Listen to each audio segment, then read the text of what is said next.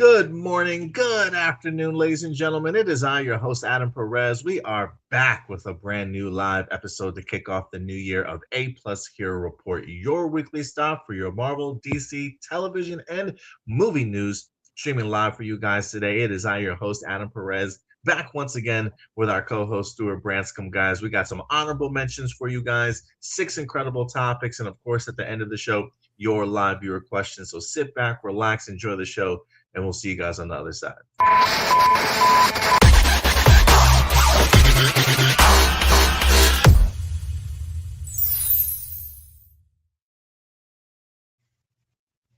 What's going on, ladies and gentlemen? Welcome to another episode of A Plus Hero Report. It is good to be back after the new year. It is good to see you, Stuart. How was your holidays, Christmas, New Year's? How did it all go down for you, man? Are you feeling pretty good after the new year?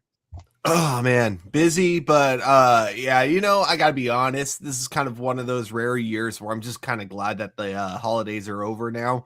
Because yeah, as you know, I was doing jury duty a little bit before Yeah. the holidays really started, and we got done. I want to say like on the 21st or 22nd.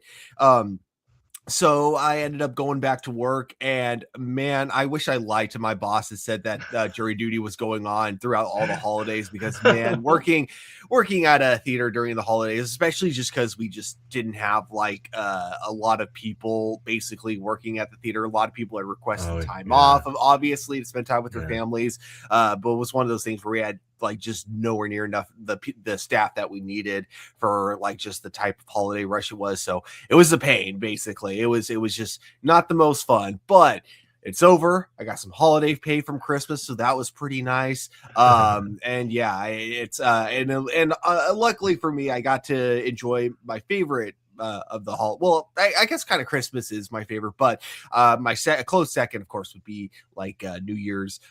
So I'm glad I got to at least enjoy that, because even though I worked New Year's Eve, I was off at like 6 o'clock, so I got to like actually celebrate New Year's at midnight.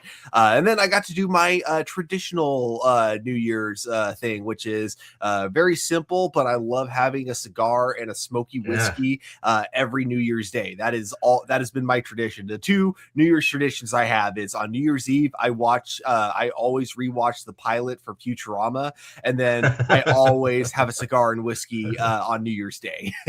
I love it. Yeah, I think I saw you. I think I saw a picture of you on Instagram. I think it was Instagram of you with the cigar and whiskey. And I was like, man, he's living the life today. He's having a great New Year's. That's awesome. It looked amazing, dude. Yeah, I guess the movie theaters would be busy, especially around this time of the year. I went and saw Avatar: Fire and Ash on Christmas, which I thought it was a great movie. And then what else did I see? I think it might have been just before New Year's, like around my birthday. I went and saw Song Sung Blue with Hugh Jackman and Kate Hudson, another great movie. I think Hugh Jackman probably should get nominated for an Oscar on that one. I still haven't seen Marty Supreme. It's on my list. I'm hoping maybe I can knock it out sometime this week. I really wanted to see it before Monday, just because we're supposed to be doing our top 5 of 2025, and that's like the last movie that I've wanted to see this year, and I'm probably not going to be able to make it in time. But yeah, I can imagine the movie theaters were quite busy. They had some pretty good movies in theaters right now. Definitely. I mean, it's the time of year where you get like a lot of families that don't necessarily want to talk to each other, but they feel obligated to spend time together. And so the perfect solution is going to a movie. But yeah, you mentioned Avatar though, because I haven't seen it yet. But how would you rank it compared to the other two? I still like Avatar 1 up there. But this is a close second for me. I really enjoyed this one. I enjoyed it way better than the Way of Water. There's something about seeing the Sullys handle their grief after the Way of Water that's pretty compelling to me. The family dynamic that it kind of changes, how some of the characters handle things, and they introduced a brand new character in Varang from the Ash clan, like the female avatar. Bro, like every scene that she's in is amazing. Like I've never seen an Avatar character like capture my attention the way that Varang does, along with just the Ash Clan. The theme for whenever the Ash Clan hits the scene is like shit's about to go down. Like shit immediately gets serious. But their inclusion to this just heightens the stakes, I think, so much more than something that we wind up getting from The Way of Water that I certainly wasn't expecting. So if this ends up being like the last Avatar movie, I'm okay with it. But honestly, after seeing this, I'm like, I still kind of want to live in this world a little bit more. And we'll talk a little bit more about Avatar 4 and 5 later on today. But for me, it was a second best of the three, and it for me it easily separated itself from The Way of Water. I thought this was a great culmination. Sweet. I'm definitely excited because, yeah, like you, I also really want to see Marty Supreme. And then I also got to see No Other Choice because I absolutely love that director. No Other Choice? Who's what's that about? I actually don't know the plot of it, but it's the Korean film and it's made by the same guy that did, I believe it's the same director that did Old Boy. Oh, nice. Okay. Yeah, hang on. Like Let me just real quick see if I can find the plot synopsis. Yeah. Here we go. After stupid ad. Here we go. So after being unemployed for several years, a man devises a unique plan to secure a new job and eliminate his competition. So pretty simple plot, but yeah. Park Chan-wook, that's his name, the director. If he's an Old Boy director, the idea of eliminating his competition, I'm kind of curious as to how he's going to go about doing something like that. Yeah. Shout out to Peg C in the chat. He said, "I saw the Stranger Things finale. I was blown away." Speaking of things I saw in theater, I saw the Stranger Things on New Year's Day in theaters, and it was an experience, bro. It was an experience. I absolutely loved it. It reminded me of my time of seeing the finale of Lost on the big screen. Me and the girlfriend after New Year's, we literally stayed up till like 3 o'clock in the morning. We forced ourselves to stay up till like 3 in the morning watching the finale for Stranger Things, and then the next afternoon, I went out and I saw it again, but on the big screen, and it was like even that much better on the big screen.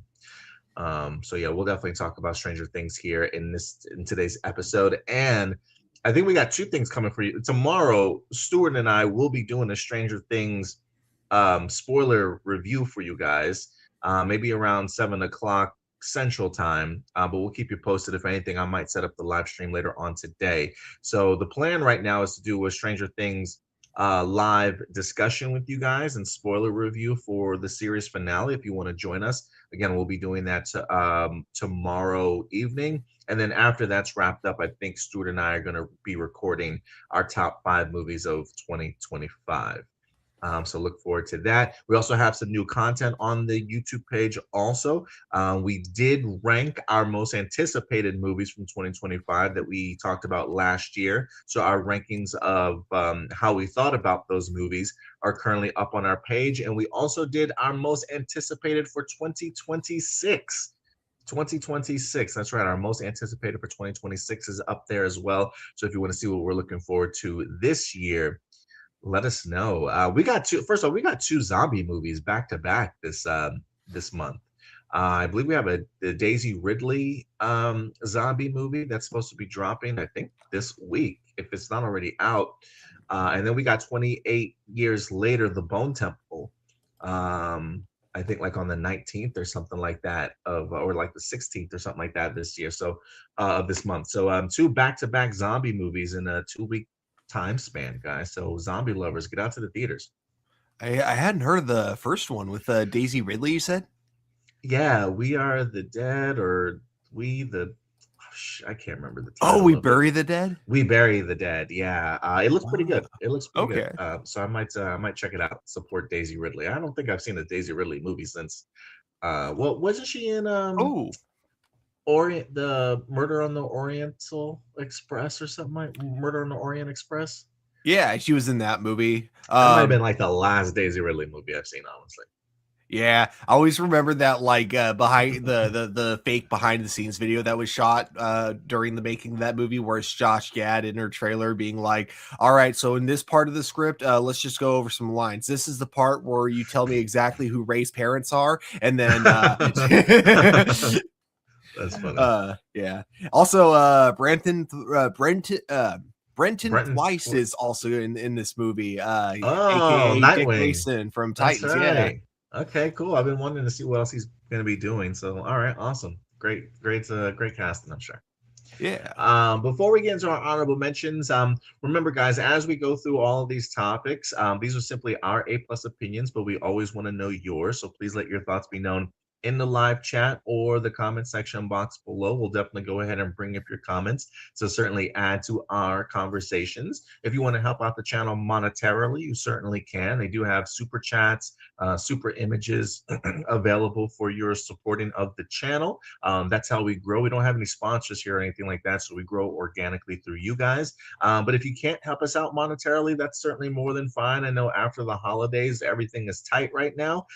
So anything will certainly help in regards to hitting the like button, subscribing to the channel, clipping these episodes, sharing these videos. That certainly all does go help to building our channel. So thank you guys. Shout out to Ricky Perez coming through. Saw the second teaser for the Muppet Show special event. It will air on ABC in February, honoring the show's 50th anniversary. Are the Muppets coming back? Are they going to have like an actual series? Do you know? If they are, I haven't heard of it. Yeah, I'm not sure, but it's always cool to have the Muppets pop up. Next Sunday, CBS is going to air the Golden Globe Awards, and all the movies and show winners will be revealed. Yeah, the Golden Globes I always look as like the appetizer course to the Oscars in March. So we'll see how some shows and movies do. Last Friday, Netflix premiere Pokemon Horizons Season 3. Rising Hope, and the franchise is going to celebrate its 30th anniversary in February. God, I'm so old. Ooh. Wonder if they're going to bring Ash back for that. Ooh, maybe. 2026 Mario Galaxy movie is going to be in theaters in just 3 months away. When I went to go see Avatar in 3D, they had a 3D trailer for Mario Galaxy and it looked fantastic. It's finally January. That means that filming for the upcoming Power Rangers reboot is to be held in the UK, just days away, and the cast is ready. Yeah, we'll definitely talk about that in a little bit, Ricky. Marcelino, what's up, Marcelino? Arrow and Supernatural were removed from Netflix because the contracts expires. And what sucks is knowing HBO Max, they're probably not going to be going up there anytime soon. But I would recommend keeping an eye on Tubi because they do have Batwoman on there. So I wouldn't doubt if that's where we'll see a lot of the CW shows kind of going after like a couple of months of them not being anywhere to be found. What do you think? Tubi, the free streaming service app. Gotcha. All right, guys. Let's go ahead and kick off the show. We're like 13 minutes deep, so let's go ahead and kick off the show with our first segment of the day.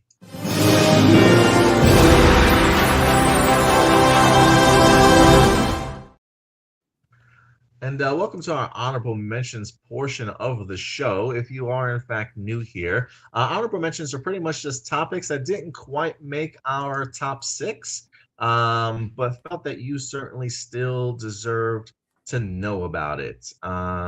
So let's go ahead and dive into some of these real quick. I did have this as a main topic, but I decided to switch it around just because Power Ranger news came up. So I decided let's move Power Rangers into one of our main slots here this week. So what I switched out was in fact honorable mention from Welcome to Derry. As this week, with the wrap up of Stranger Things, Finn Wolfhard was actually in the news. He had an interview with Esquire, and he admitted that he was aware of the Richie reference that was made in Welcome to Derry episode 8. If you guys saw the series finale, the Richie reference certainly came up. His picture actually popped up. He goes on to say, he says, "I knew that years ago." Finn Wolfhard said of his characters mentioned in the spinoff series before adding, when they first started thinking about that show, it was probably 2021. Barbara and Andy Muschietti both told me you're involved. Yeah, I'm connected, he says. The up-and-coming Hollywood star then teased a return to the fan favorite horror franchise by stating, "I think there's something else that will come up eventually that I'm excited for people to see. So I don't know if this is necessarily him teasing a return to the It franchise, but I gotta say the connection that we saw was actually quite compelling. To see the pieces that Welcome to Derry has put together in regards to just the It movies themselves and the references to the characters from that and their connection to this particular time period for season one. I thought was actually I really was impressed with the way they executed it. Like it never even crossed my mind until Pennywise name drops him and shows the missing poster of Richie. I was like, oh my god, like it all makes sense now. Do you think there's a chance for him to return in some way, shape, or form, or you think he's teasing it at all? I would say that yeah, there's definitely a chance. I think that the way he's talking about it, the reason he is kind of vague about it, I think it's just because it's not necessarily a plan that's like set in stone yet. It's something that could change, but I think that like from the way he talks about it, it sounds like Andy Muschietti told him a little bit more, but didn't want to give like too much details because obviously last thing you want to do is get all the fans' hopes up. And then, you know, they go into season 2 thinking, oh, we're going to get a flash forward and he's going to play like a much bigger part. And in actuality, it's like the same thing as season 1. He's there for like a brief moment and you only see him like, yeah, on the paper, on a missing paper. So, yeah, I think there's a chance. I would just say just tamper expectations. Don't expect him to play like a big role or anything like that. Yeah, I certainly wouldn't expect a big role, but we'll see. We'll see what happens. Did you have any honorable mentions, Stuart, at all? I do actually. I want to go back to our top 5 video because I actually did finally watch Ballerina, so I can actually give it a proper space on my list. So really enjoyed Ballerina for the most part. I thought it was just a really fun movie within the John Wick franchise. So I will give this in my top 5 list of basically when we took our top 5 anticipated movies and then ranked them. I think I put it at number 5 only because I hadn't seen it, so I couldn't like actually rate it. Now I'm putting it at number 4 only because the other 3 were just that good, so I just can't really put it above those 3, but I could definitely put it above How to Train Your Dragon. But there is one thing about Ballerina that I thought was really bizarre. So the main character, Eve, we see what she's able to do, right? She's able to take down like, you know, a mafia group like at this club, like when she's surrounded. We see that when she's surrounded in this village, she's able to really hold her own and take out like a good chunk of the people in the village, almost the entire village, basically, just to kill one person, right? Yeah. All that's really impressive. Canonically, she is weaker than every single foe John Wick has gone against. And I say that because that fight between her and John Wick was weirdly one-sided. Like, it made no sense for her to be able to do all of that and yet still, like, not be able to lay a hand on John Wick. Like, John Wick's impressive, don't get me wrong. I'm not trying to shit on him, but, like, God, like they portray him in this movie. I'm sorry, but like luck is a good chunk of why John Wick is still alive at the end of his movies. So it's like, so it's just so weird to see like suddenly he's portrayed as if he's a god in this one, where it's like she can't even lay like a hand on him, even though she again wiped out like half a village, took down a big mob at the club, we do all this other stuff more than we see some of John Wick's foes do, and yet she struggles against John Wick more than any of the foes that he's gone up against. So I found that kind of weird. He's the boogeyman, man. Yeah, he's the boogeyman. You know, that's how they got to portray him. But he struggles in his own movies, though. He's not portrayed that much as a god. Like, he's portrayed as a god to other people, but like to us as the audience, we see, oh, luck is a good chunk of why he survives a lot of these. You know, it just means that these ballerina writers just misogynistic assholes. Just can't even let the female win a fight or like land a finger on this man. Yeah, she didn't have to win the fight. In fact, I think I would have been a little disappointed if she did. I would have been disappointed too, actually. Yeah, I just don't think it needed to be that one-sided. No, I get you. Well, I'm glad that you got a chance to properly rank Ballerina, and I would agree. I mean, I thought it was fun. I thought it was good. Nice entry into the John Wick. It certainly feels like it belongs there for sure. Maybe not as on par with the other ones, but it definitely felt like it in that lived in world for sure, which I appreciated. I got Um, I gotta tell you though, I think the part that made me kind of jump in excitement the most was when we saw that one of the characters like on the computer screen went, or no, it was when he printed a piece of paper and we saw that the character that she was after was played by Norman Reedus. I'm like, Daryl. The moment we see him with the shotgun, I'm like, that's not a crossbow. yeah, they messed up. They messed up there, man. They had an opportunity. Let's see here. What else we got for honorable mentions? Creature Commandos is back in the news. Since we didn't have a show last week, I thought this was actually pretty important to bring up. News is actually from last week. But according to Nexus Point News, we have a new addition to Creature Commandos Season 2, which is currently in production. And it's none other than the DC Comics character Captain Atom. Season 2 of the DC Universe's first project, Creature Commandos, is currently in production and set to introduce several new characters. Sources tell Nexus Point News that one major character that will be featured in the upcoming season is Captain Atom. The nature of his role is currently unknown, but he is set to be a reoccurring character in this upcoming season. The version that will appear in the series is Nathaniel Adam iteration of the character, which debuted back in 1986. The character originally was known as Alan Adam and was named yada yada yada. This iteration is a member of the Air Force and Vietnam War veteran who, after gaining his powers, is sent decades into the future. In the present day, he serves as a hero for the U.S. government. Captain Adam's body is coated in a metallic substance and is given nuclear powers. So Captain Atom is certainly no slouch.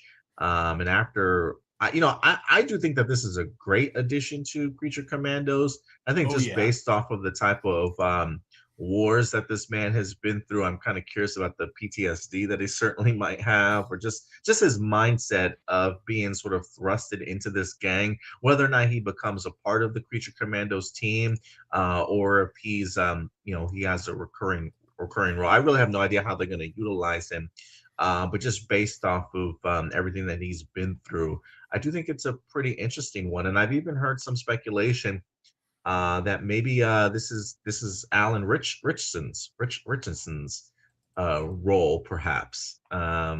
He said he wanted a character that had some, some issues or some depth to them.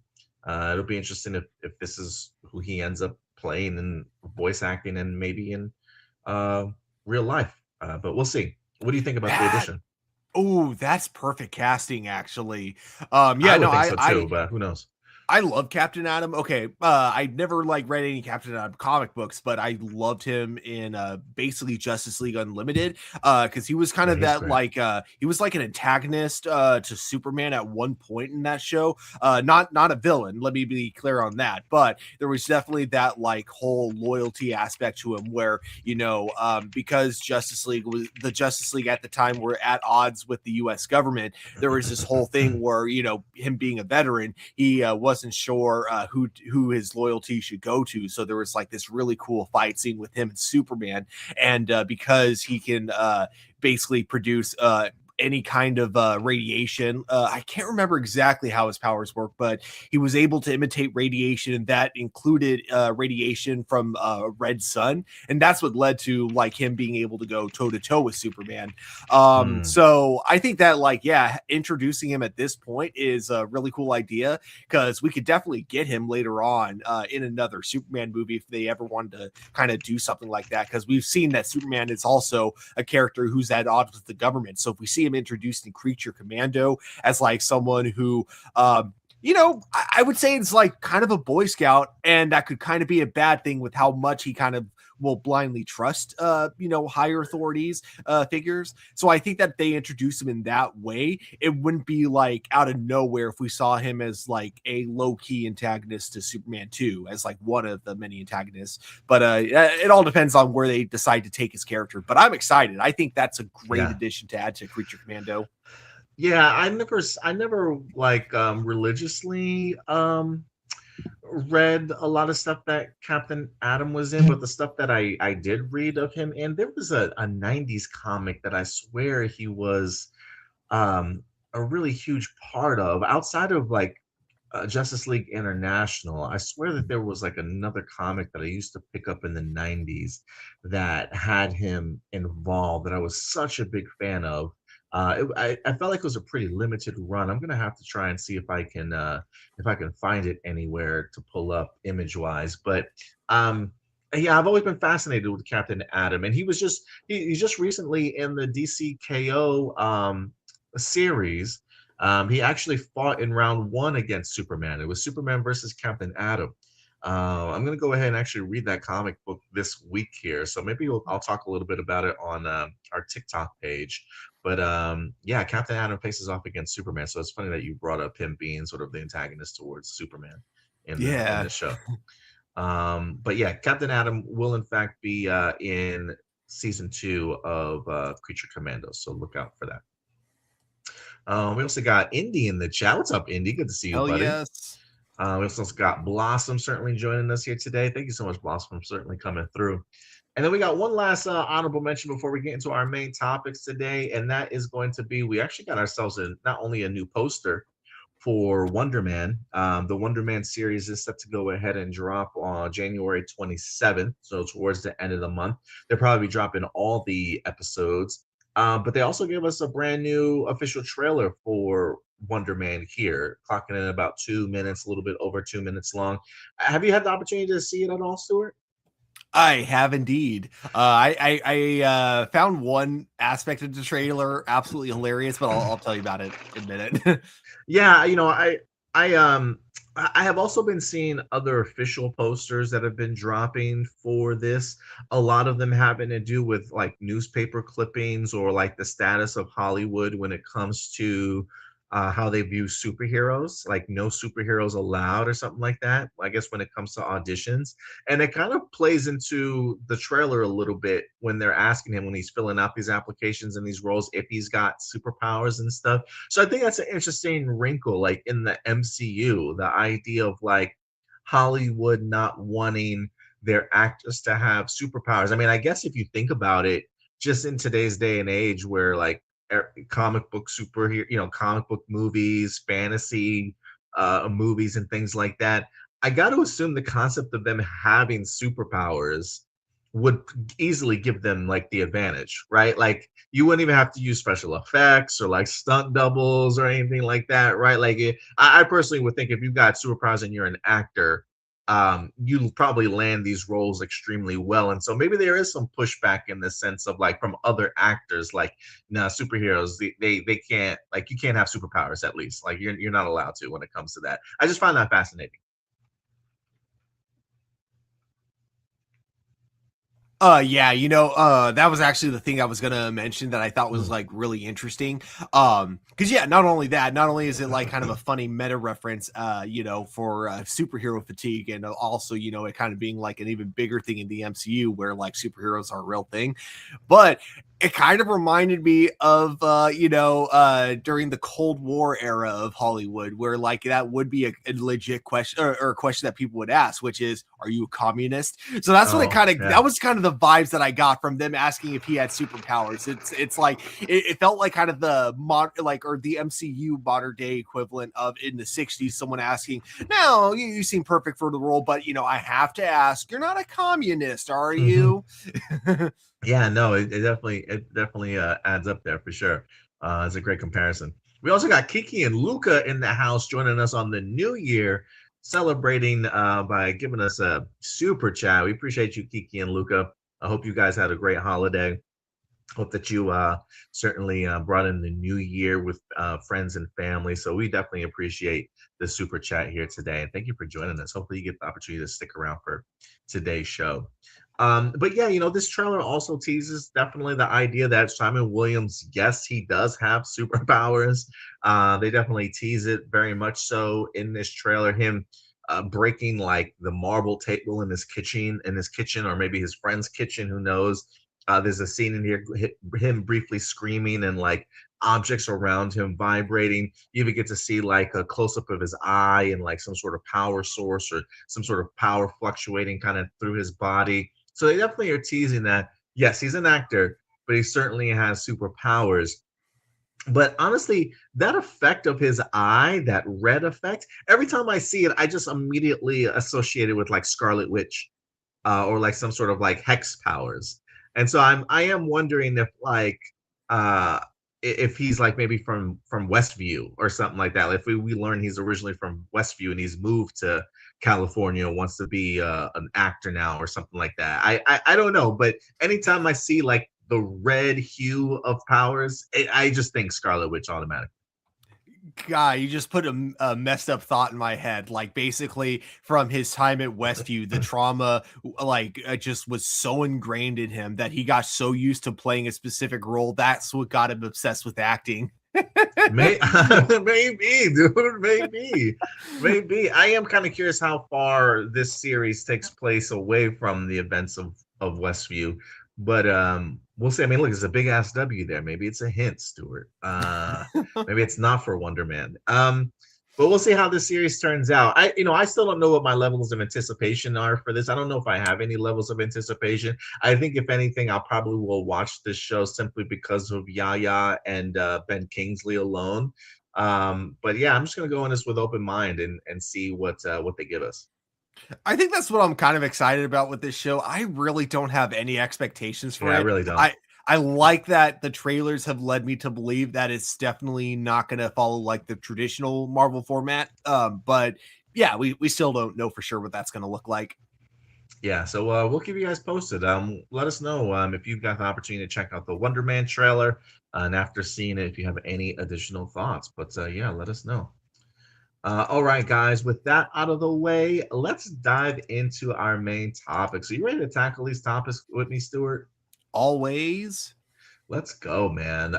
First and foremost, guys, thank you again for certainly joining us for our first New Year's edition of A Plus Hero Report back after the holidays. And we got a lot to certainly talk about. We're going to get into Avengers Doomsday a little bit as we got the official release of the Thor teaser trailer, fresh off of Stranger Things series finale.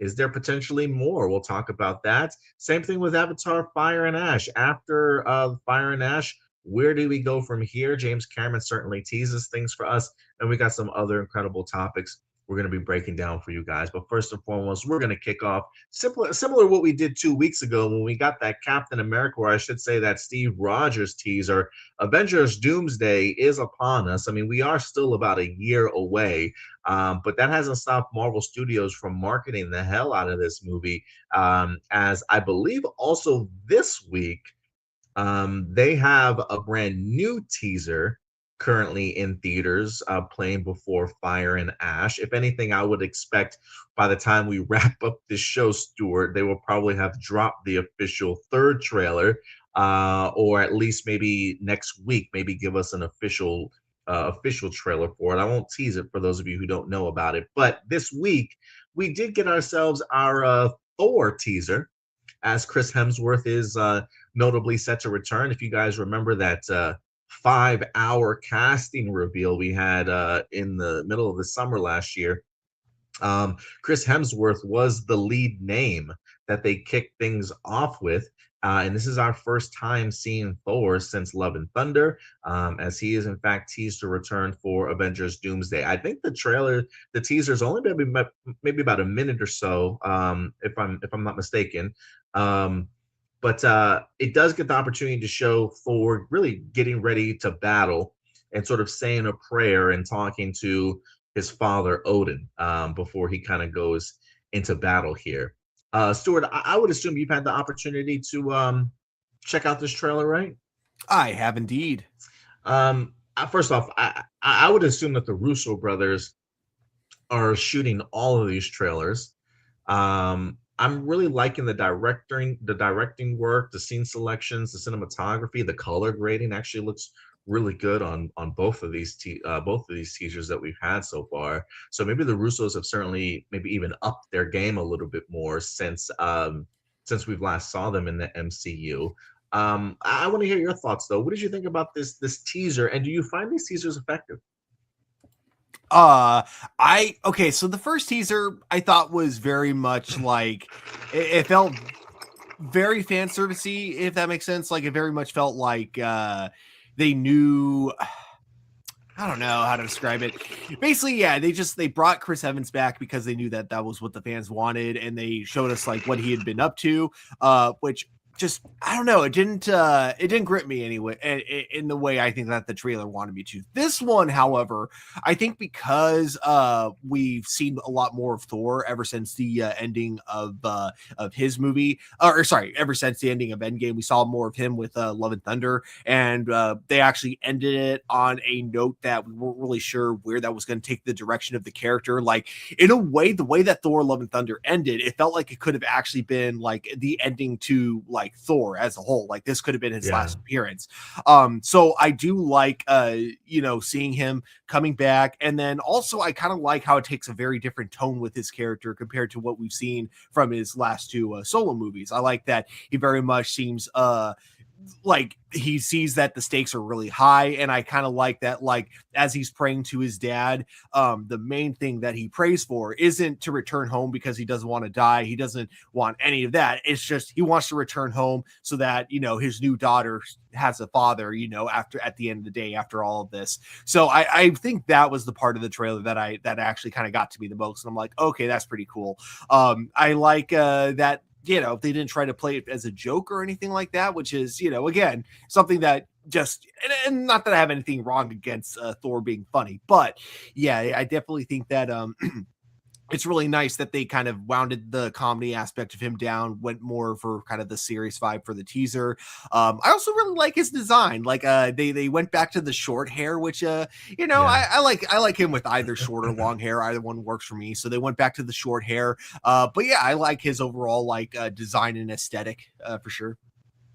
Yeah, it is fascinating to me, the route that they've gone with this one, because it's what the thing that I do find the funniest, and it's not necessarily funny, but I'm when I take a step back, it's like all of our main adventure characters now have kids. Yeah. You got Tony, who had a child before his passing in Endgame. Steve Rogers has a kid also, and now Thor's adopted, or Thor's got a kid of his own, sort of thing. And I think that really like changes, I think, the dynamic for where these characters are at, when we get to Avengers Doomsday, along with just really what they're kind of fighting for. Like they have different motivations now kind of going into this one, and I think that's what the first two teasers have sort of really set up for me. I know some people say the first teaser didn't really hit for them, but again, I think a lot of this has got to do with being a father myself now. I just view shit just differently now. Like I just really do. Like anything family related just gets to me. And so, I think the idea of Steve having a child will really change him and his motivations towards what he's fighting for, why he even returns to battle in the first place. And so to be able to see Thor, first off, I would agree with you. It's nice to see an attitude change from him after Love and Thunder, and there's nothing, like he said, nothing wrong with him being comedic, because I loved his comedic aspect in Ragnarok. Thor: Love and Thunder definitely jumped the shark for me a little bit, but it is nice to see him back in his serious tone that we recognize him mostly for. And just seeing, like you said, the stakes for him have in fact been raised. The idea of like going into battle, being weary that he may not return, and wanting to pray that, like, please, like, let me just get through this final battle so I can go home and actually raise my child. And I think all of those really raise the stakes for where these characters go. And if I could be honest with you, I'm worried now, Stuart. I'm so worried. I'm so worried. I know that Chris Hemsworth has come out and he's like, no, I'm not teasing the fact that I'm gonna be leaving as this character. But in my head, I'm just like, bro, like I just when you add a kid, when you have that sort of weight on your character, and the man is literally praying, like, please. And the fact that he's praying to get through this, and we know the villain of this movie is Doctor Doom. I'm like, how powerful is this dude that Thor literally's got to pray to get through this? Like, that's just crazy to me. Like, all I'm thinking in my head, Stuart, is like, how we talked about, like, one of the images from the Jonathan Hickman run of Secret Wars that people always talk about, that they're like, I need to see this on the big screen just to emphasize how powerful Doctor Doom is when Doctor Doom literally like rips the head of Thanos off and like, or like disintegrates his body in his head like instantly. There In my was head, I'm there was a YouTuber. He does like these really cool 3D animated videos, but he recreated that scene like in 3D Engine. The part that people aren't going to like is that he used AI voices for the characters. But yeah, he recreated that scene with Doctor Doom's Robert Downey Jr., but with Robert Downey Jr.'s face, and then yeah, with Thanos using Josh Brolin's voice, and exact same way played out. Like rips his head out with his spine, just like in the comic books. and so after watching this teaser, I'm just thinking to myself, please don't let that be Thor. Like, don't let that be Thor in the movie. Like I'm because if you want to immediately showcase how powerful Doctor Doom is, I mean, imagine him just doing that to Thor. Oh. And I mean, you would immediately set the tone, like especially if it happened like in the first act of the movie. It would immediately set the tone of raising the stakes for our characters, but it would even just add to just how impactful this Thor teaser is in regards to the idea of like him just wanting to get through this battle so he can return home to his child. I'm just thinking, don't let, please, like the way that he's talking, I'm just like, is he even gonna make it out of this movie? And I'm starting to get worried, Stuart. I'm starting to get worried. So yeah, but I thought this teaser was really effective, dude. Honestly, when it comes to most of the original Avengers, yeah, I wouldn't be too surprised if some of them aren't going to be making it back. I don't think they're going to utilize Thor in that way. I guess you could say that's kind of similar to how they utilized the Hulk in the first Avengers Infinity War movie. Oh yeah, beat his So ass, and then we never saw him again. yeah, so if anything, I think I don't think they would kill him, but maybe they would show him get his ass handed to him. Just again, like you said, show off how powerful this version of Doctor Doom is going to be. But I don't think they'll kill him, especially like not that early on in the movie. God, I hope not, man. I hope not. I mean, but if you want to send a message, I mean, that's definitely one way to do it. But yeah, I'm just worried now, Stuart, after watching this teaser trailer. But I guess that's part of the hype machine, getting you anticipated for certainly what's to come. So we'll see how Thor makes it out of this. But I think we've got 2 or 3 more teasers that are set to come. Again, the third teaser currently is in theaters. If you guys want to go ahead and see Fire and Ash again, go catch it in theaters. But I have a feeling that they probably will drop the third trailer officially sometime this week. It feels like they're letting them play in theaters for a week and then they're dropping them online. You could probably find the leaked version of the third trailer somewhere. I have refused to watch it. I'm waiting for the official stuff to certainly drop just so I can get a better view of what I'm looking at. Yeah. But I do find these really effective. I don't view these as teaser trailers per se, as I do as just teasers in regards to like, here's just a little something for you guys to get the hype up. And then I would expect an official teaser trailer maybe after all of these have in fact been released, but we'll see. Mm-hmm. Yeah, Okay. I would definitely agree. Like they're really, because yeah, they show even less than what you normally even see in teaser trailers. So yeah, they're just little teases. Like they're basically like glorified posters. Yeah, pretty much. And anytime you've got Thor, we got to talk about his brother.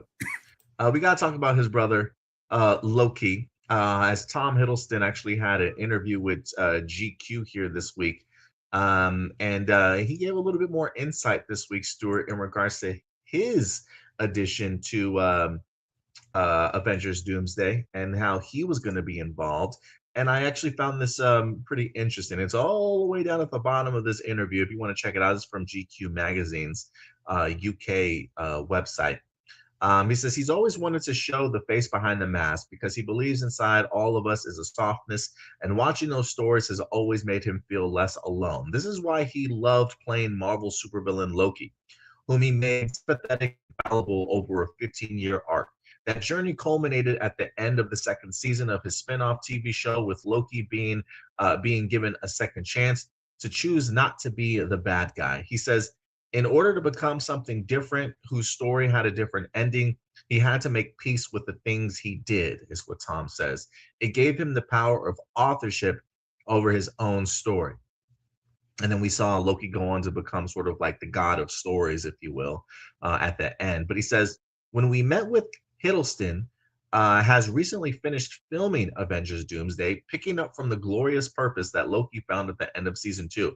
This is what Tom says. My contribution has been contributed, he says, of the forthcoming film. And then slightly less evasively, it is monumental. The center of the story is absolutely brilliant and was so surprising when I read it. It just has never been done before. So he's definitely teasing something big, especially in regards to a character arc, not only for Loki. Some people have been speculating for quite some time that in the Secret Wars comic book, the Beyonder is who Doctor Doom sort of captures and utilizes. Well, I think maybe in the original Secret Wars, or maybe it happened in both arcs. I'm not quite sure. Where the Beyonder is captured and utilized to sort of create these new worlds, if you will. And so some people are speculating that if the Beyonder may not necessarily be introduced into the MCU, but they may use Loki certainly in that same capacity. So when he talks about his contribution, saying it is monumental and that the center of the story is absolutely brilliant and was so surprising when I read it, it just has never been done before. I am kind of curious as to how they're going to utilize Loki in this particular role. But how do you feel with Tom Hiddleston saying that? Honestly, I do think that he will have to play an important role given his like now new development from his TV show.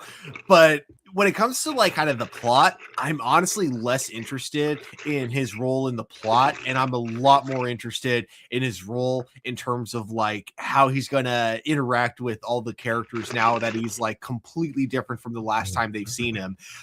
That's what I'm kind of most excited about, especially with Thor. I'm really excited for the Thor Loki reunion. I think that's what I want to see out of this, out of his character returning more than anything. I will say I would definitely agree with you. I am kind of curious as to how much interaction he gets. I mean, if and again, this is a big if. I mean, if we are talking about him being captured and being utilized by Doctor Doom to utilize his powers and to create whatever he is, create whatever he wants. I am kind of curious if by being captured, how much interaction he'll have with anybody else, with the exception of maybe like Doctor Doom in here. I mean, maybe if we get into something like a Secret Wars, maybe he plays a bigger role. But again, this is just all speculation on my part. But I would agree. I the idea that how far he's come, to see how much he's changed, I really would like to see the other Avengers, especially Thor, sort of interacting with him.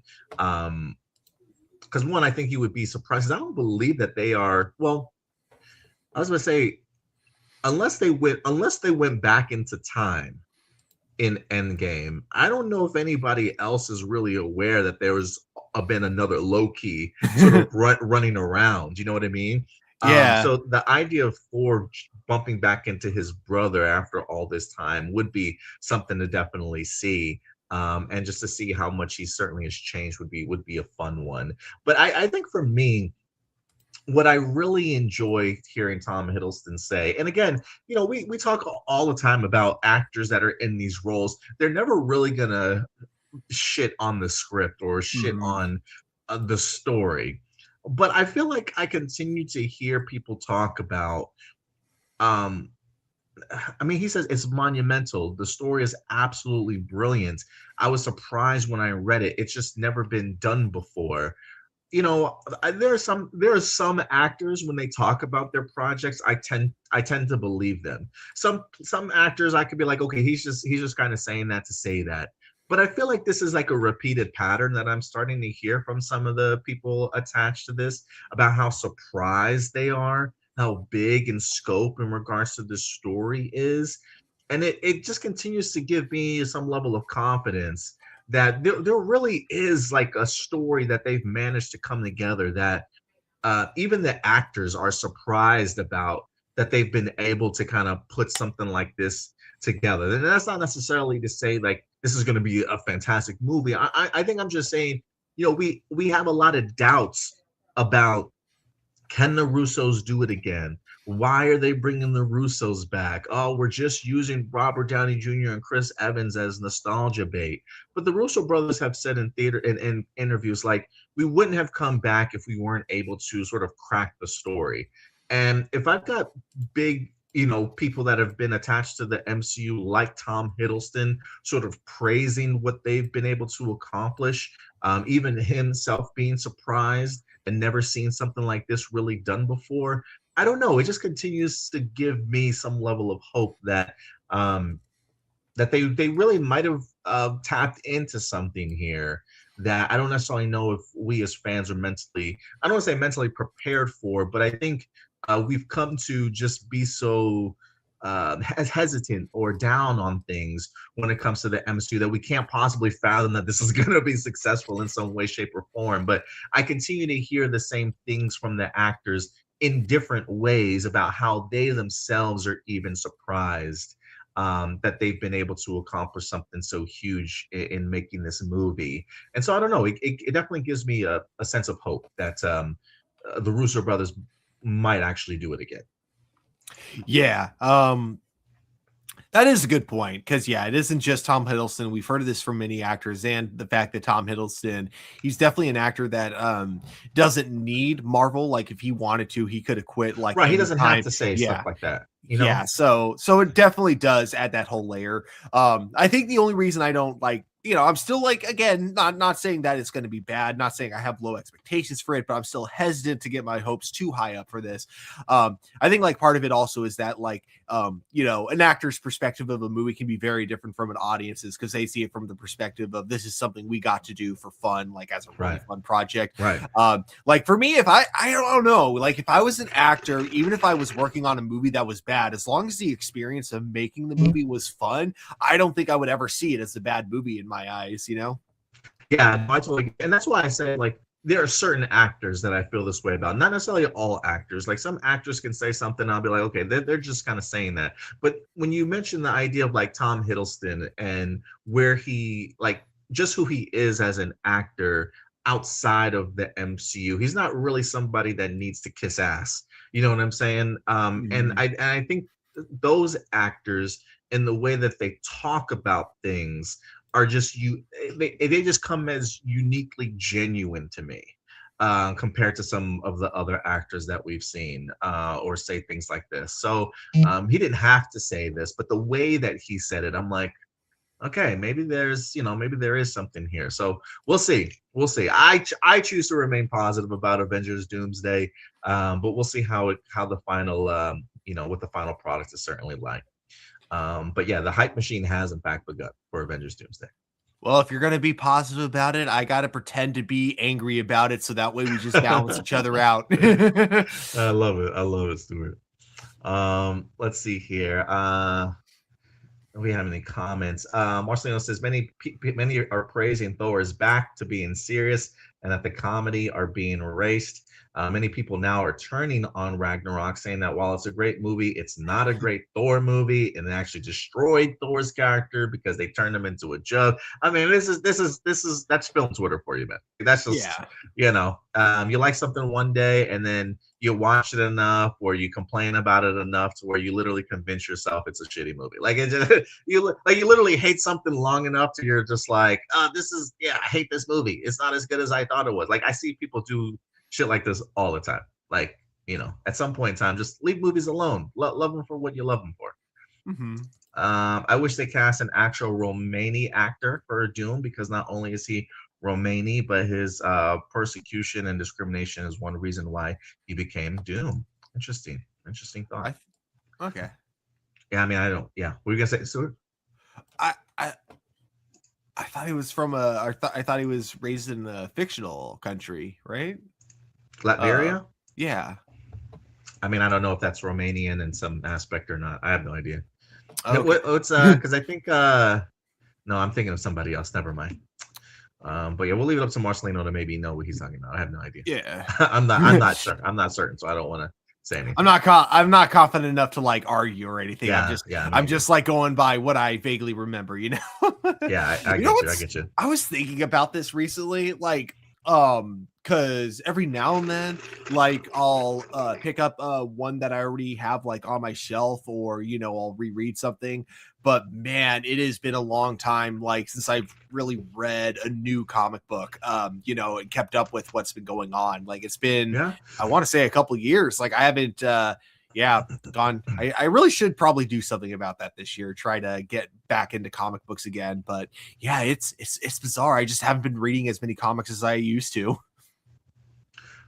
Oh, you know what? I think I found the. Remember, I was talking about the Captain Atom uh comic books Yeah, that I thought yeah. I saw him in. I think it was Justice League Task Force, if I recall correctly. I'm trying to see if I maybe I'm tripping, but I'm pretty sure it was Justice League Task Force. I don't know if that was based off Task Force X or not.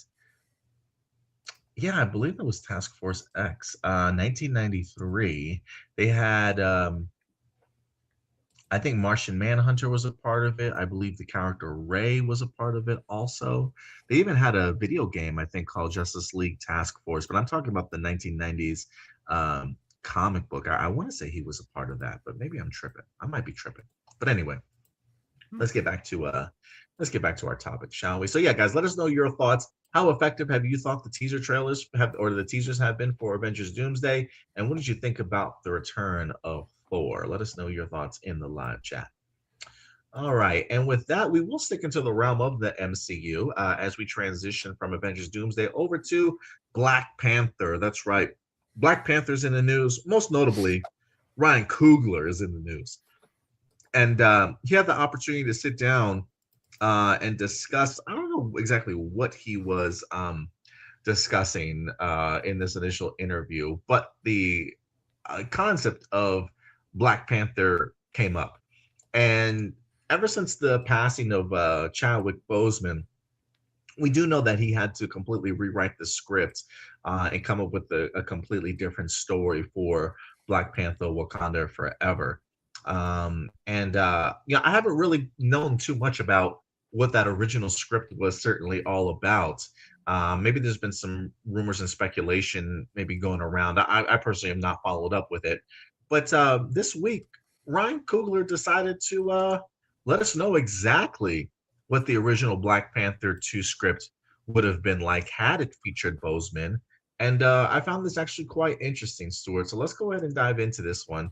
This comes to us from, I believe, coming soon, or superherohype.com. I believe that they got this interview from the Happy, Sad, Confused podcast with Josh Horowitz. Coogler was asked if he could share at least one scene from the original Black Panther 2 script that would have featured Boseman. And this is what Coogler had to say. He says it was like a 180-page draft, chock full of them. The big thing about the script was that it was this thing called the Ritual of Eight, where when a prince is 8 years old, he has to go spend 8 days in the bush with his father. Among those 8 days, they have to go into the bush without any tools. The prince has to listen and do everything that's asked of him by his father. But the rule is for those 8 days, the prince can ask the father any question, and the father has to answer. He says during the course of those 8 days, Namor launches an attack. So that was what the movie was. He had Ah. he had to deal with somebody, and it was a different version of Namor in that script. But he had to deal with someone who was like insanely dangerous. But because of that ritual, his son had to be joined at his hip the whole time. So while he was engaging in negotiations and fights, his son had to be there. or else they'd have to violate this ritual which had never been broken. Bro, I love the sound of this, Stuart. I love the sound of this. One, it confirms to me that his son would have been introduced a lot earlier. Because if you wind up seeing Wakanda Forever, he's very much sort of hidden and kind of kept as a secret. That there's very few people that really knew about T'Challa's son at the end of this. That's wind up being revealed to Letitia Wright's character in Shuri at the end. And I guess he was probably about, I guess he's about 8 years old in that movie. I'm not quite sure. Maybe I don't know. I don't know how much time has passed or how old he is in Wakanda Forever. I can't remember off the top of my head. But the idea of Chadwick Boseman coming back to reprise this role, to be a part of the Ritual of Eight, to where he would be interacting with his son, it just really sets up a whole different dynamic. And the idea of him having to be attached at his hip the entire time, I mean, I could just easily like visualize him being in a fight with Namor, and his son kind of being stuck in the middle of this battle. Like it really blows me away, Stuart. So I'm actually a really big fan of this. What do you think about it, though? That it's definitely something that has a lot of potential. I like the idea of like not even making the idea of T'Challa having a son like a twist, instead like that actually playing a big chunk in the story. My big thing is so basically he has to answer every single question that the son asks. So I'm kind of curious what exactly they were going to do with that. Like what questions would his son have asked, and if this would have been a challenge for T'Challa, if T'Challa would have actually broken his part of the whole thing, if he would have lied about something because maybe he had an answer to one question that he had too much shame for and didn't want to admit. So I'd be very, very curious to like see how that whole thing would have played out, if we had gotten that version of the movie. But yeah, this is a cool concept. It's obviously too bad that we never got to see it because of the tragic passing of Chadwick Boseman. But with Ryan Coogler as the director and seeing what he was able to do with Black Panther 2 with such little time, I have no doubt that this would have been something really cool.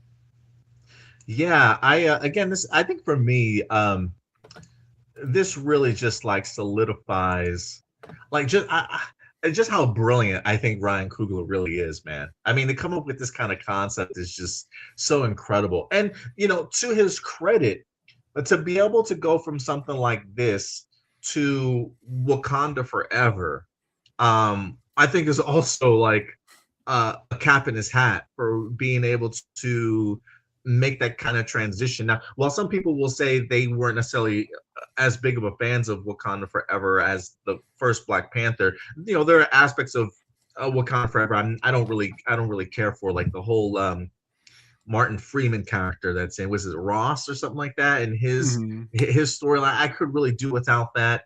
I would be kind of curious if Ironheart was always meant to be in the original script instead of Wakanda Forever, or was she introduced specifically for Wakanda Forever also because of the rewrites? So, but there are aspects of Wakanda Forever I'm absolutely a huge fan of, and I absolutely love. So to be able to go from that to Wakanda Forever, and still hold up in regards to levels of storytelling and what it was able to do, certainly at the box office, I think is just a credit to how great Ryan Coogler is.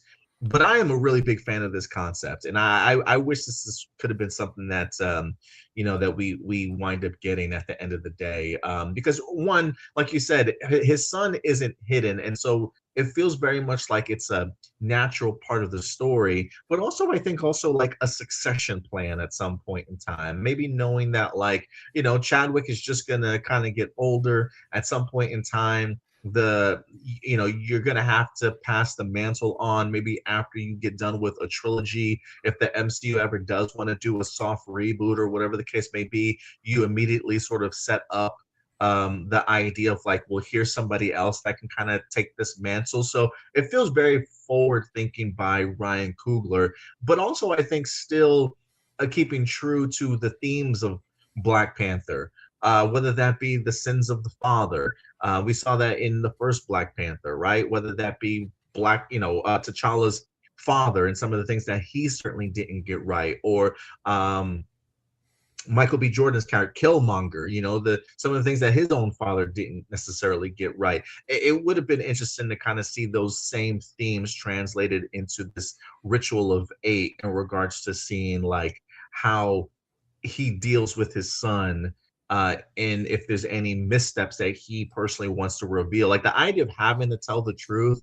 I think for me, like as a father, as I raise my son, I would be interested, like when he gets to the age of 8, could I be that truthful with him in regards to certain things, because I think our tendency sometimes as parents is to lie in order to protect our kids from like what the real world might be like, or whatever the case may be. And so, I do fear when that day certainly comes, but to be able to be that truthful and honest with your son, when your own father kind of held things, Yeah, when your own that's father right. kept things from you, I would be interested to see like if T'Challa learned a lesson from his own experience with his dad, or if he really struggles to be honest with his son. I don't know. Like just the themes passing down from Black Panther 1 to Black Panther 2, and just T'Challa's history with his dad just makes this even more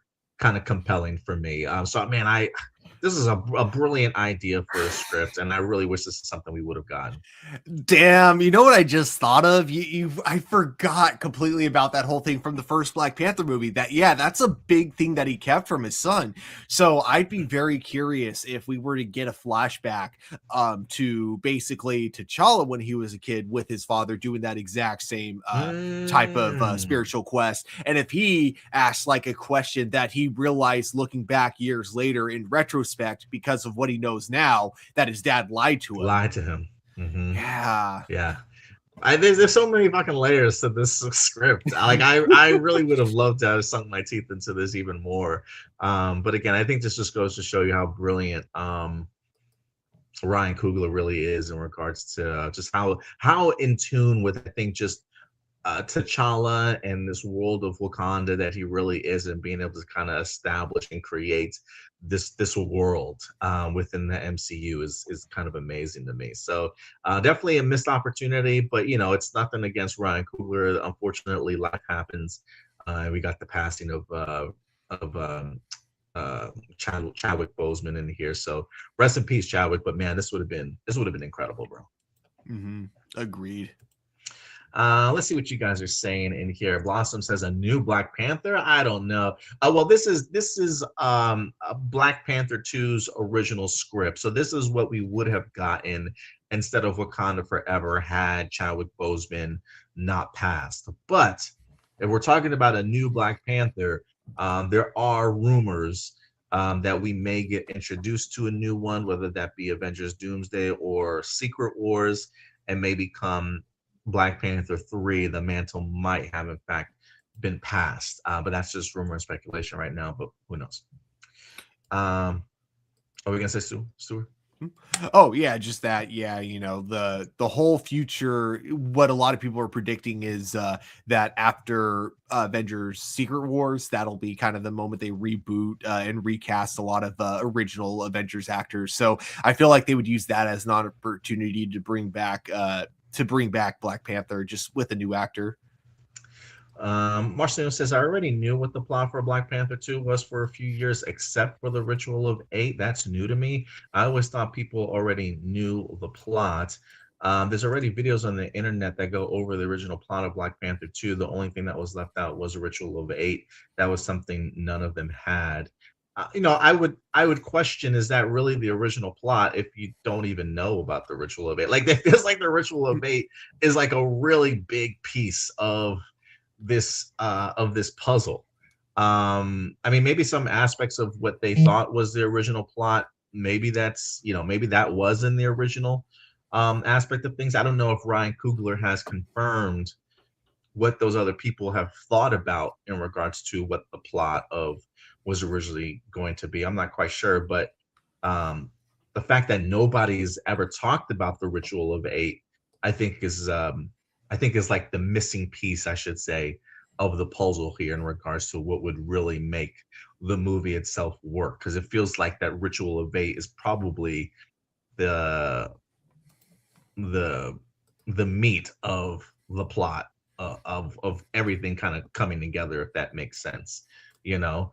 So again, I don't know what's been out there in regards to what people say the plot of Black Panther 2 was, but I mean, maybe they were right. Maybe now learning about the Ritual of Eight, maybe it makes what those people have talked about in regards to what the plot of Black Panther 2 was, maybe it makes a little bit more sense. I'm not quite sure. But it feels like a really big missing piece of the puzzle to say that they Mhm. know what the plot is without the Ritual of Eight. Because it feels like this is very much a big part of it.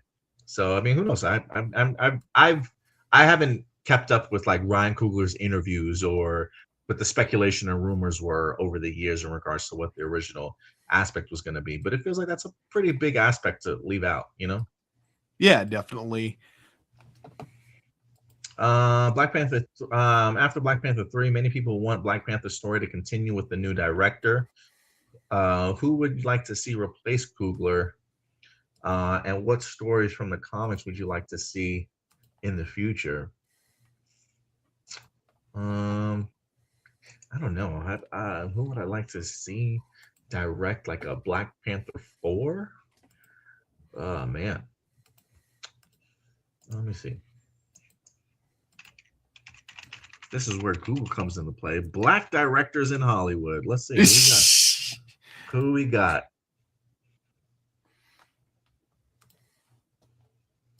And I would be curious as to like boom, Jordan Peele comes up. I don't know if I want a Jordan Peele Black Panther movie, to be quite frank with you. I think he's gone out of his way to say that he has like zero interest in working on Marvel or DC at this moment. I think he just like prefers working, like being able to have like full creative control over his work. I'm trying to think. I see John Singleton up here. I'm trying to see what some of John Singleton's work has been.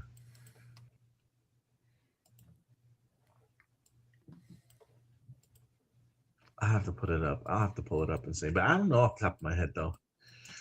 I'll think about it. I'll think about it for sure.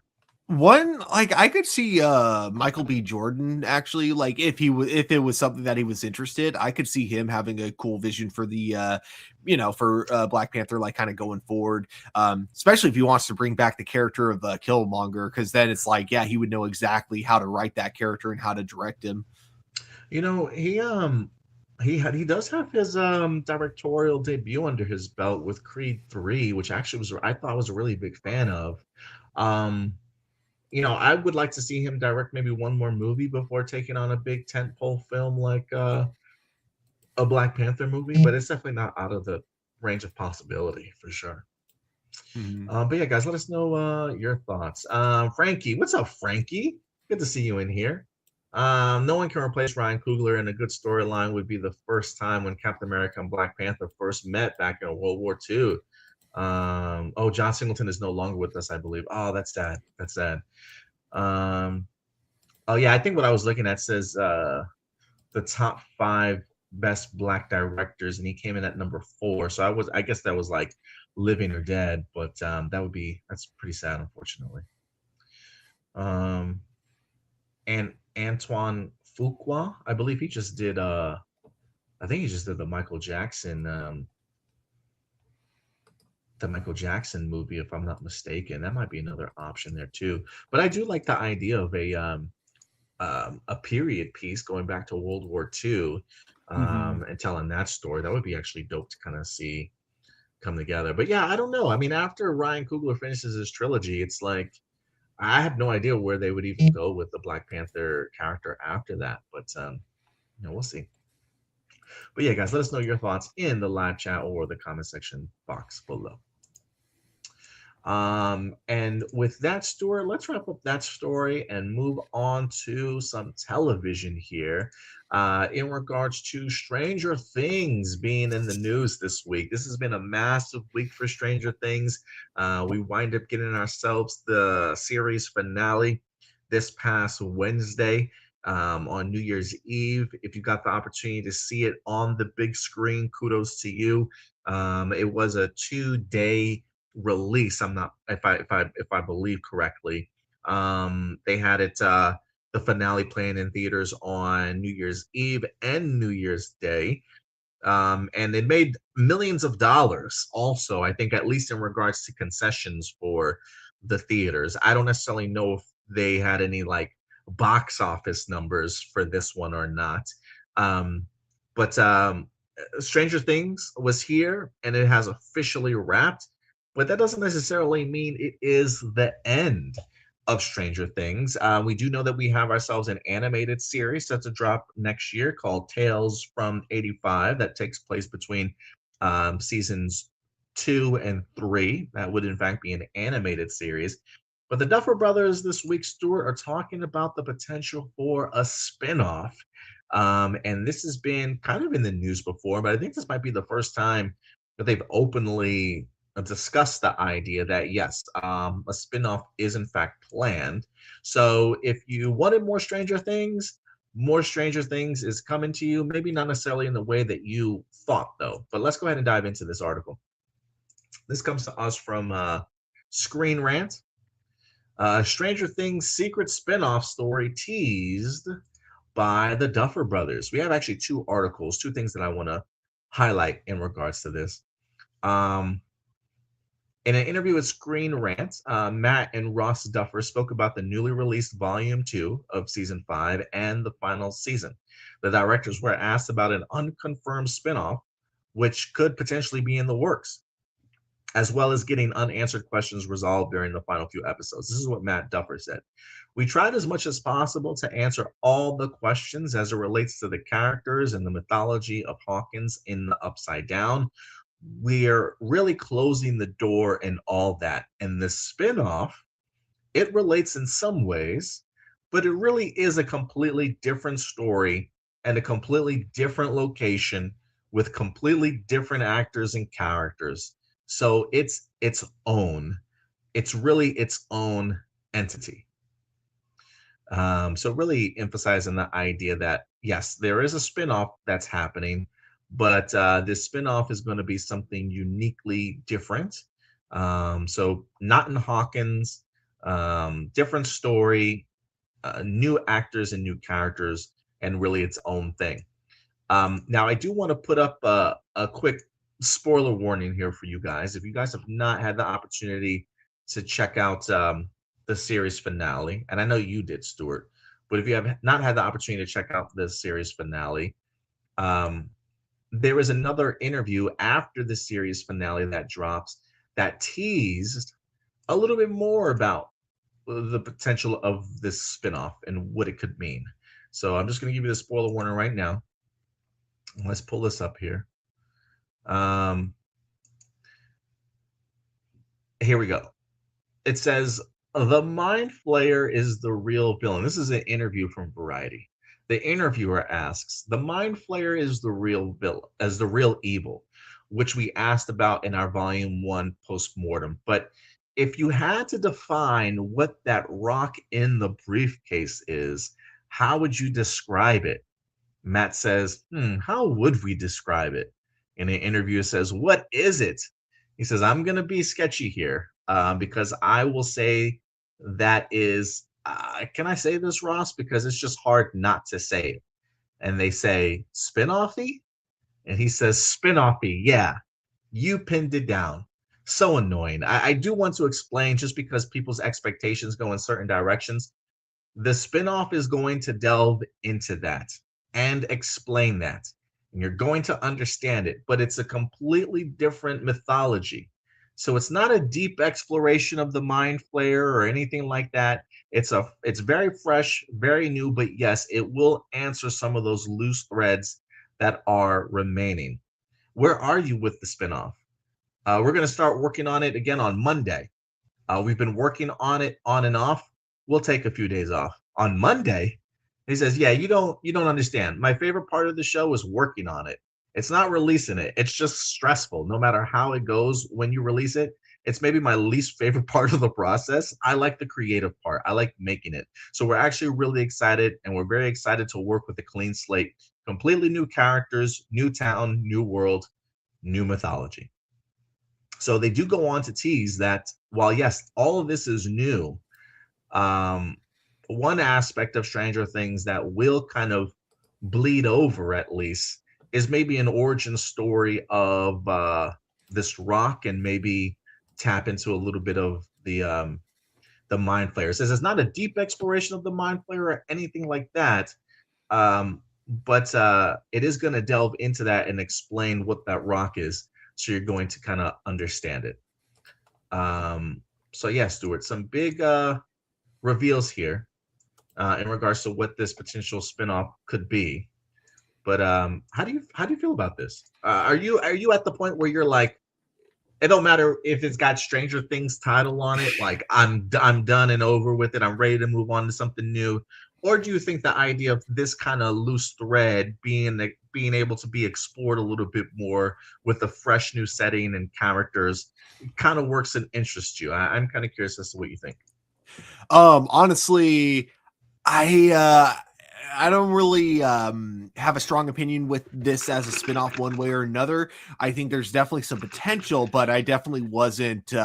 I was when I saw The Rock in the episode, I wasn't like, oh, I need to learn more about that. How much of Mm. Henry is still there? Is he letting The Rock control him by choice, or is this like actually The Rock just has overpowered him? Like it's one of those things where it's like I wasn't necessarily interested in the answers themselves. I actually kind of like that they left a lot of that vague, but I'm also not against the idea of exploring it more as long as they actually have like a good idea of how to like flesh it out, which I'm sure they did when they wrote these scripts because they are pretty good when it comes to that kind of attention to detail. So what it comes down to is that, yeah, if, when the show gets into development, when news comes out about it, like the more I hear, if it catches my eye, awesome. If not, basically what I'm saying is I'm not letting the fact that it's a Stranger Things spinoff dictate whether or not I'm excited for it or not. Just because, even though I really like Stranger Things, I don't think that automatically means anything that kind of spins off from it is going to be, my new favorite or my new most anticipated show. But that said, though, the thing that I got kind of curious about, because like a lot of TV series finales, they ended with every character kind of going their own separate path, and then possibly leading to the potential of a spinoff, like a lot of series finales. One of them was Hopper and Joyce, and so this is where I'm kind of curious if the two of them are going to be in this spinoff show, because the two of them mentioned going to this new small town, basically where he was going to be chief of police there. Oh yeah. And the small town that they name dropped, forgot the name of it, but I know that it's based on a real small town. And then I didn't notice this. Someone on TikTok pointed this out. That town is also where there was a military base that did the exact same human experiments that inspired What? the show Stranger Things. Wow. So there is that possibility that that's what leads to the spinoff show. If that's the case, they could end up tying it back into Vecna and the Rock and all that, assuming that's where they're going with it. That being said, they do say that it's a very different like kind of mythology. So for all we know, it may follow completely different characters who knew nothing about the stuff that went on in Hawkins. But yeah, I think that potential is there, which is pretty cool. So I thought I'd throw that out. Yeah, that I had never heard that before, but that's actually pretty dope. For me, this is one of those things where when I think of this though, just based off of when Henry does discover the rock, there's a part of me that thinks that this is going to be like another sort of period piece that takes place maybe even earlier than the 80s themselves. Maybe it takes place kind of like in the 60s. I am with you in the sense that I appreciate the vagueness of it. I think there was a brief moment though when it is revealed the idea of like the Rock tapping into sort of like the mind flayer that in turn then sort of like possesses Henry. Um, Mm. the reveal I thought was pretty interesting. But there was a part of me that wanted to know like more, like because it's not necessarily the upside down, but it is like the abyss. And so I am kind of curious as to like who discovered that abyss. Somebody clearly did, right? Like clearly there was a group of scientists that discovered this. That they based off of what the scientists told Henry, how much experimentation did they do with the rock? Were they fully aware of this abyss kind of world existing?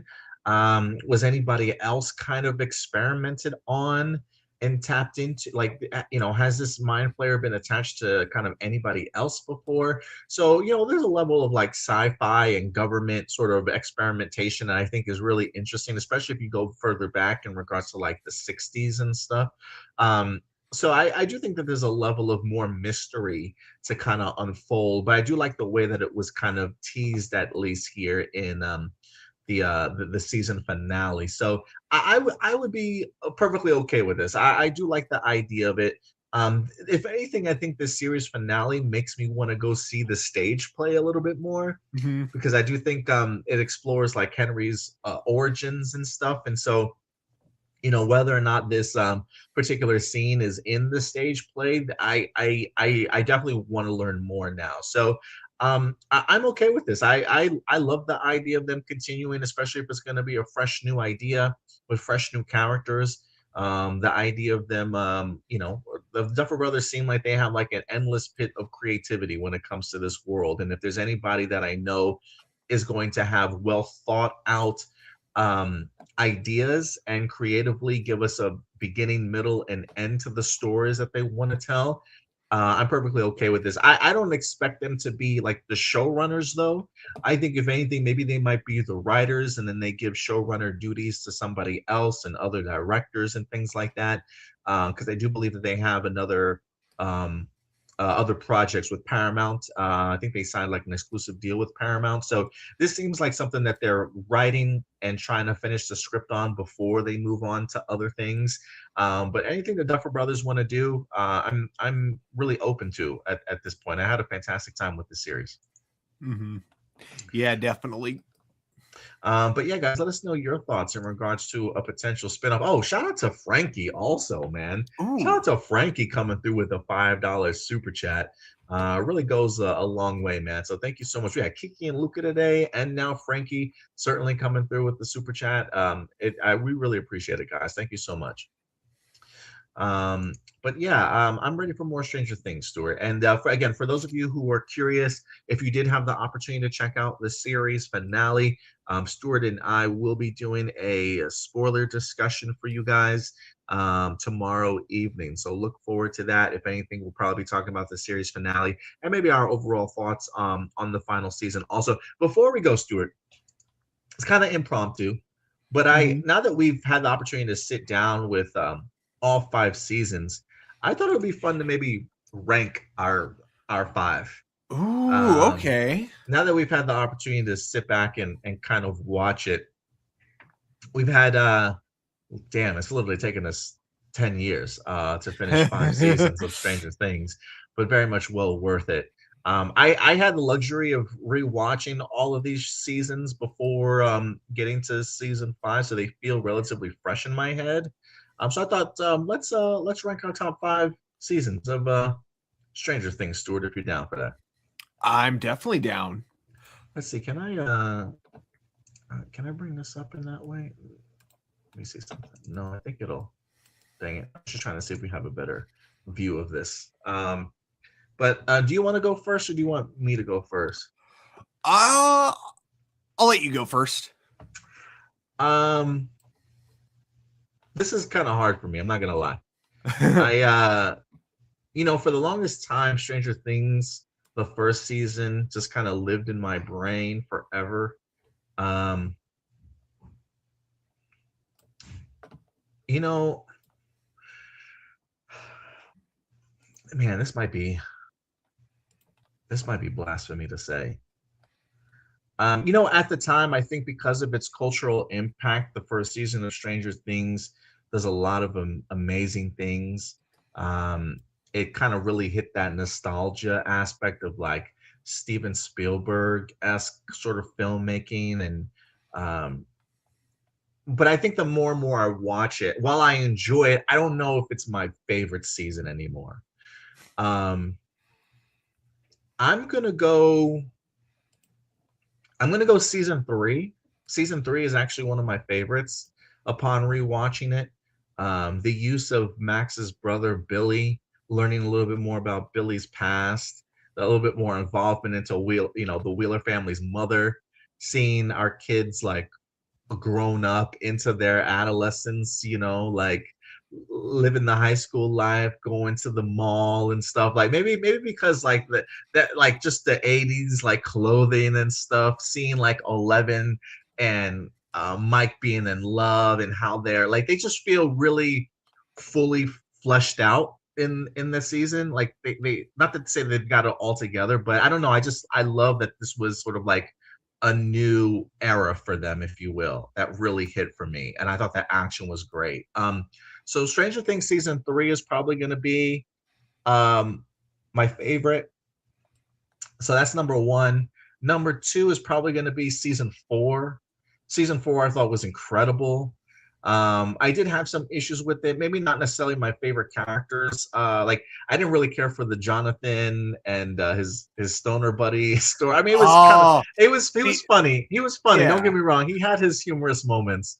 But like I don't know what it was about it. But like the Vecna, the Eddie, seeing the situation with the Max and stuff, how much these kids had like even further changed in regards to their lives, especially with Lucas being a part of the basketball team and stuff. I think that was to introducing also to Susie that season. It just a lot of things really came together and kind of worked for me, and learning more about 11. So Stranger Things season one, I mean Stranger Things season three, Stranger Things season four. I then may give this to Stranger Things season one as number three for me. Stranger Things season one for me. And then I'm gonna go probably Stranger Things season five for me. There are a lot of things that I really enjoyed about Stranger Things season five. I don't know. I don't know how. I don't know yet. But the last season for me would be Stranger Things season two. Would be number five for me. It is a season that's actually kind of grown on me per rewatch. I still have issues with the sister episode, but it's like one episode out of 8 or something like that. So it doesn't really deter me much, but I did have a much bigger appreciation for season 2 than I did. But that's probably how I would go. So from 5 to 1, it would be Stranger Things season 2, Stranger Things season 5, Stranger Things season 1, Stranger Things season 4, Stranger Things season 3 as my number 1. What about you, Stuart? All right. So starting with number 5, I'm definitely going to go with Stranger Things season 2. Okay, I should actually point out before I start talking about any of these, you've watched them a lot more recently than me. So if I say something that like may not be as like what you remember, you definitely have the more vivid memory than me, because I only watched these seasons when they first came out. The only season that I've rewatched is season 1. So yeah, that being said, my number 5 is definitely season 2. I didn't think season 2 was bad, let me just say that, but you know, it had a couple episodes I wasn't a fan of, a couple of real cringe moments I wasn't a fan of, such as I did not, when we got introduced to what's his face, the balding dude with the beard, the crazy conspiracy theorist. Dude, that was so creepy, the way he was trying to get Jonathan and Nancy to hook up. That made me feel very uncomfortable. I'm just gonna say that. But yeah, I think like my biggest issue with season 2 was like that was the one where they really tried to recapture the feeling of season 1, and I just don't think it worked as well as the show wanted. So season 2 would definitely be my number 5. Number 4, season 5 5. Now I'd say season 5 only because like in terms of like what I think the show could have done, I feel like it could have done a lot more. I think that I think that season 5 did great when it came to the characters, and I'll get a lot more into this when we talk about more spoilers. I just I just feel like the story just took so long to constantly to or like the plot took a while to like get going, and even when it did, it feels like all the big stuff didn't really happen until like the actual season finale. So I think that season 5, it was a good season. I just don't think it was as epic. I think they could have had so much more fun with it had they really thought it through. So season 5. 4 and 3, it's really hard because they both have aspects that I love and dislike, because I feel like 3 and 4 is where the show decides it's no longer trying to be like the cutesy season 1, because now it's like the kids have gotten older. Now they're taking the story, giving it a little more of a mature edge by adding a lot more like kind of violence, a lot more gore, especially with like the monster that we see at the end of 3. So it's really hard for me to say between those two. I think I'm going to go with 4 as my number 3, only because in season 4, that was when we had the entire Russian subplot that just, oh my gosh, it just felt so boring. It dragged. I did not care for it at all. But everything else about that season was great. In terms of Jonathan's friend, I loved him. I thought he was exactly what the season needed for that comedic relief.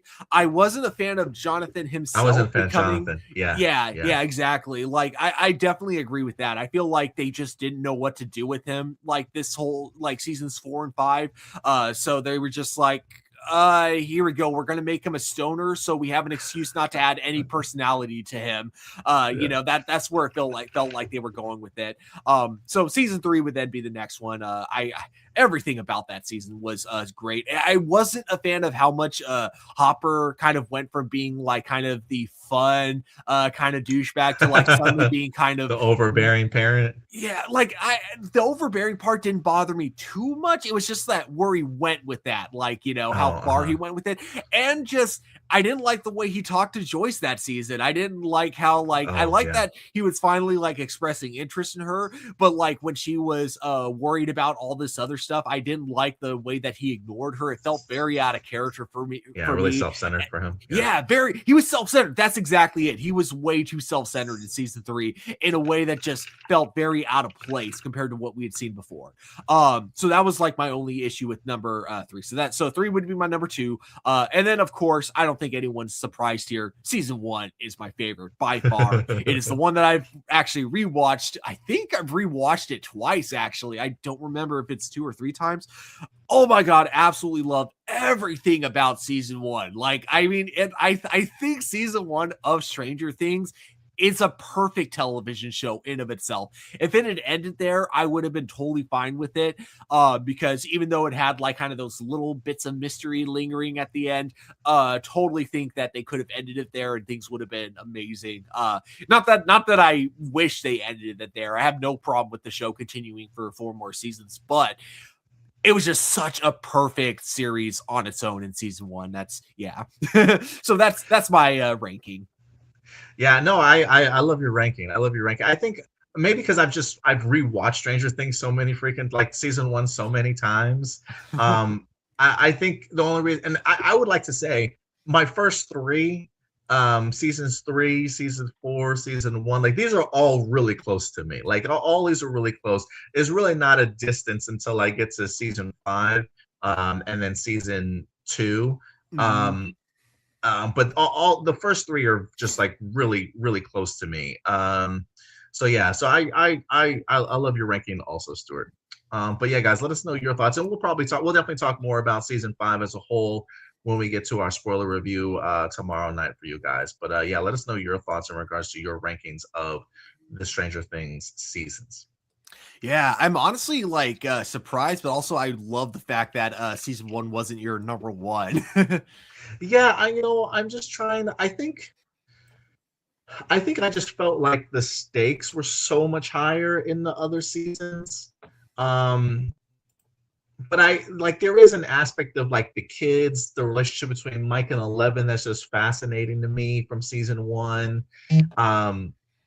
it is a great scene. Like, and again, I think that's why it's just like I've seen it so many times. Maybe it's a nostalgia factor in regards to why I love it. But when I take a step back and I look at it, like while there's like Barb, the whole situation with Barb, I mean, it's a really compelling thing of television.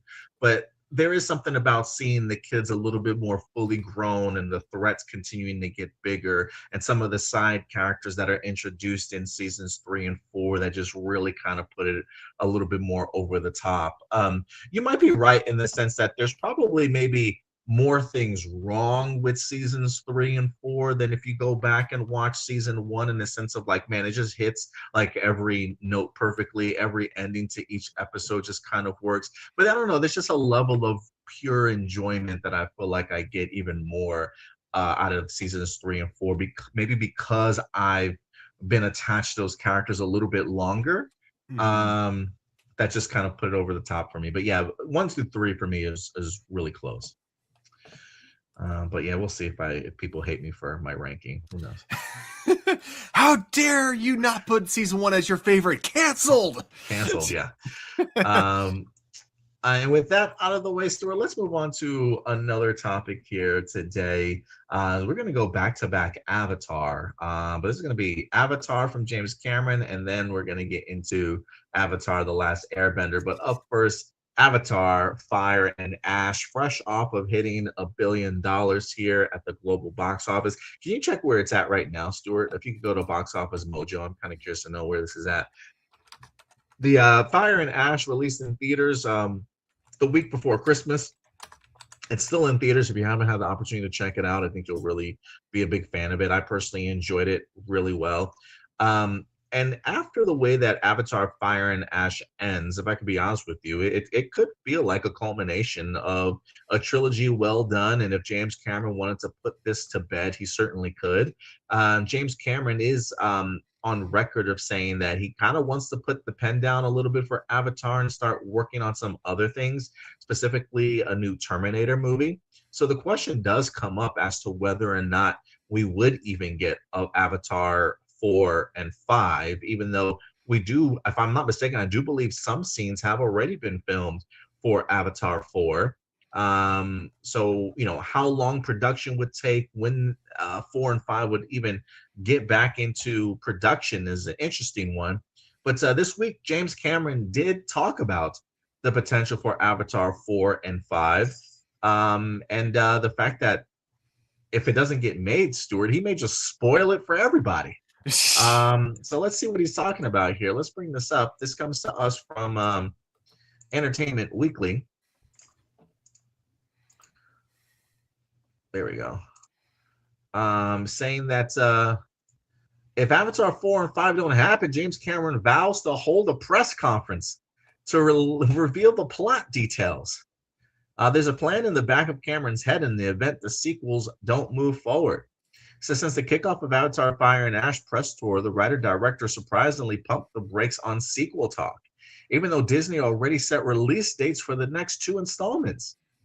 Avatar 4, a small portion of which Cameron and some of the key cast already shot during production of 2 and 3, is currently on the calendar 4 years from now, in 2029.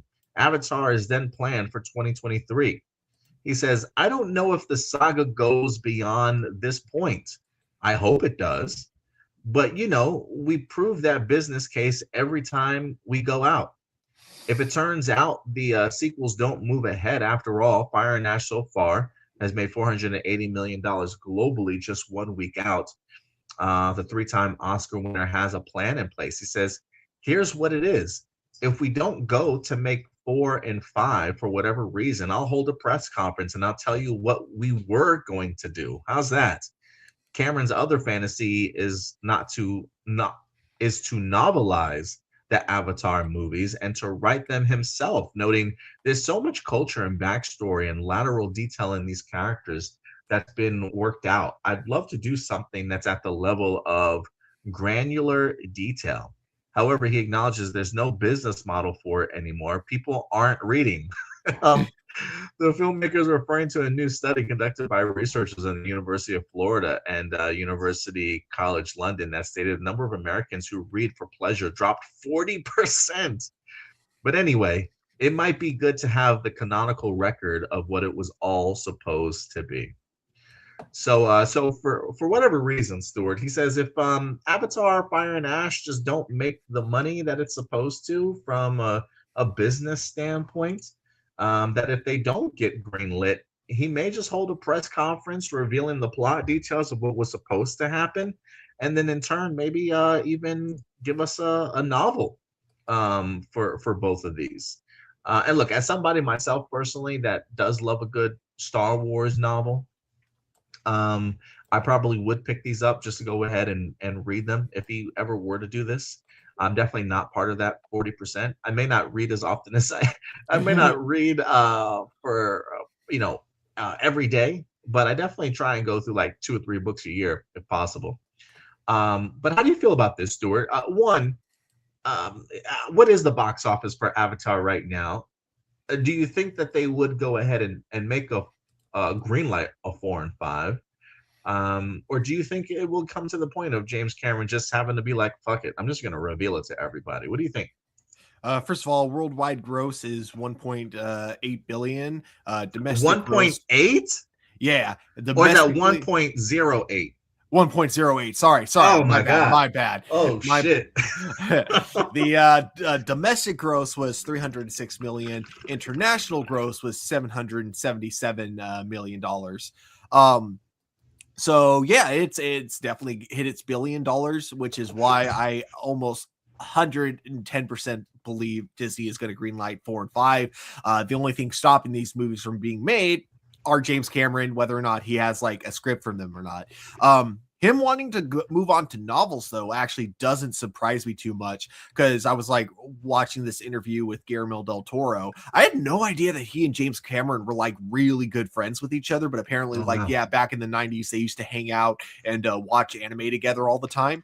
But yeah, like, yeah, but apparently, like Guillermo del Toro was saying that he like saw like James Cameron's like notes for Avatar in the early 2000s, and yeah, like basically there is a lot of like lore that which is unsurprising because this is something that James Cameron himself has been saying for a long time. But there's a lot that you don't like see or hear about, much like most sci-fi or fantasy movies that it's there, the writers have it in mind, but it's not something that really gets explored in the movies themselves, because obviously, the whole point of a movie is you got to kind of keep to the plot and all that kind of stuff. So you don't really have time to explore like a lot of the world building aspects, all that effort that really goes into fleshing out the world and making it feel more lived in. So I could definitely see like novel spinoffs for Avatar working extremely well. Yeah, I think that's pretty cool. But no, I don't think Disney is going to, turn down Avatar 4 and 5. Like, in fact, if anything, I see Disney wanting to basically try to convince James Cameron to maybe make it 6 movies instead of 5. Wow. That would be pretty crazy if we made it 6 movies instead of 5. I think the only thing stopping James Cameron, it would be James Cameron, honestly. Yeah. I mean, the man is 71 years old right now. Not to say there's an age limit to being a director or creator. I mean, look at Ridley Scott. I mean, my man is like 80 something years old right now, and he's still out here kind of making movies. And so, James Cameron just continues not to miss. I mean, look, you can look at the movie and say, look, $1 billion just isn't enough to being greenlit. I mean, to be fair with you, I have a feeling like Avatar will probably still be in movie theaters for like another month at least. Avatar has always been known to have legs instead of like really quick, impactful starts. So the fact that it's taken it 3 weeks to make $1 billion, again, it's not like movies make a billion on a regular basis these days. But some people would say, well, the last Avatar movie made like $2 billion. I would be interested to see where Avatar is after its completed run. If this movie ends at, I don't think it's going to end at 1.3. I think if anything, maybe 1.5, 1.8. I guess I would, if I'm Disney, I would just ask, when a budget like this for an Avatar movie is like $400 million, I guess the big question would just be, what's our return on investment? Um, and will the next movies continue to sort of underperform? Um, it will, will continue to depreciate after each installment. To Avatar: The Way of Water's benefit, it did have like a 20-year layoff, or a 10-year layoff from the first Avatar movie. And so there was certainly a lot riding on it. I look at it like The Force Awakens, crushed the box office after it being such a long time we had a Star Wars movie. That's how I view Avatar, right? Like, I don't think anything would have matched the box office for Avatar 2 just because of the separation of time from each of them. And so I think if Avatar 3 makes 1.5, $1.8 million or something like that, I think Disney should certainly look at that as a win and push forward with a 4 and 5. These movies certainly aren't going to get any cheaper, but I do think from a technological standpoint, it probably would be pretty stunning to watch. I mean, I watched this in Dolby 3D, and the high resolution was incredible. Like, it really worked for me. I love the movie from a visual standpoint. And I also think it probably would benefit the fact that there's going to be like a 4-year gap, if that even holds true, between Avatar 3 and 4. The time off might benefit it, because I do think you are coming off of Fire and Ash, which I think, I don't know what the Rotten Tomatoes score is. It may be the lowest of the trilogy, which is astounding to me, because I really do think it's much better than The Way of Water. So I think people that have watched Fire and Ash will go into Avatar 4 with a level of like reinvigoration because of how good this last entry certainly was. So yeah, I think if this movie makes at least $1.5 billion, I do think that Disney will greenlight an Avatar 4. And if anything, I think that does give James Cameron certainly some time to, hey, if he wants to work on Terminator, he can certainly do that, and then revisit Avatar. I mean, maybe it might push Avatar 4 release to another, maybe by an additional year or whatever the case may be. But I do think the time between these movies would benefit Avatar more than anything. It may not be a high-grossing domestic movie, but I do think that this Avatar is a global sort of phenomenon that, regardless of how it's received domestically, there are people internationally that absolutely love and adore this franchise. And I think that will always uplift it to be somewhat of a financial success. So yeah, I say give me 4 and 5. But the idea of like, even if he still did 4 and 5, there's a part of me that does want an Avatar novel though. Like I wouldn't mind that, just to kind of explore, like you said, it's such a heavy lore and mythology sort of world that James Cameron has kind of created. I think he could very much get into like a Tolkien aspect of things in regards to, a time, on this planet before we even get introduced to it, if he's got that type of layer of history with this world. So yeah, give me 4 and 5 and give me a novel, James. But hopefully if you continue to be around for another 10, 15 years, why not, man? Why not? Yeah, definitely. I think it's yeah, I personally think they're both going to happen. As for the novels, maybe not. Because yeah, like he even mentioned himself, the book market's not as big as it used to be. But yeah, we'll have to wait and see for that. But yeah, I do hope 4 and 5 happen, especially because I remember specifically an interview where after Avatar 2 had come out into theaters, he had been really hyping up what happens in 4, saying that audiences are going to be blown away by what happens in 4, despite the fact that 3 hadn't even had a trailer yet. Yeah, no, I definitely agree with you. I definitely want to see more for sure. But we'll see how that ends up turning out at the end of the day. Also, I want to give a shout out to Crystal Kyber's in the house today, joining us live. What's up, Crystal? Good to see you. She says, "Oh my God, your shirt! Yeah, that's right, baby. Look at this, the Hut Slayer shirt. Mind Oh you, for yeah. those of you in regards to Crystal Kyber, she does have her own YouTube channel. She talks makeup design. She talks Star Wars and things like that. She always have a great perspective in regards to things.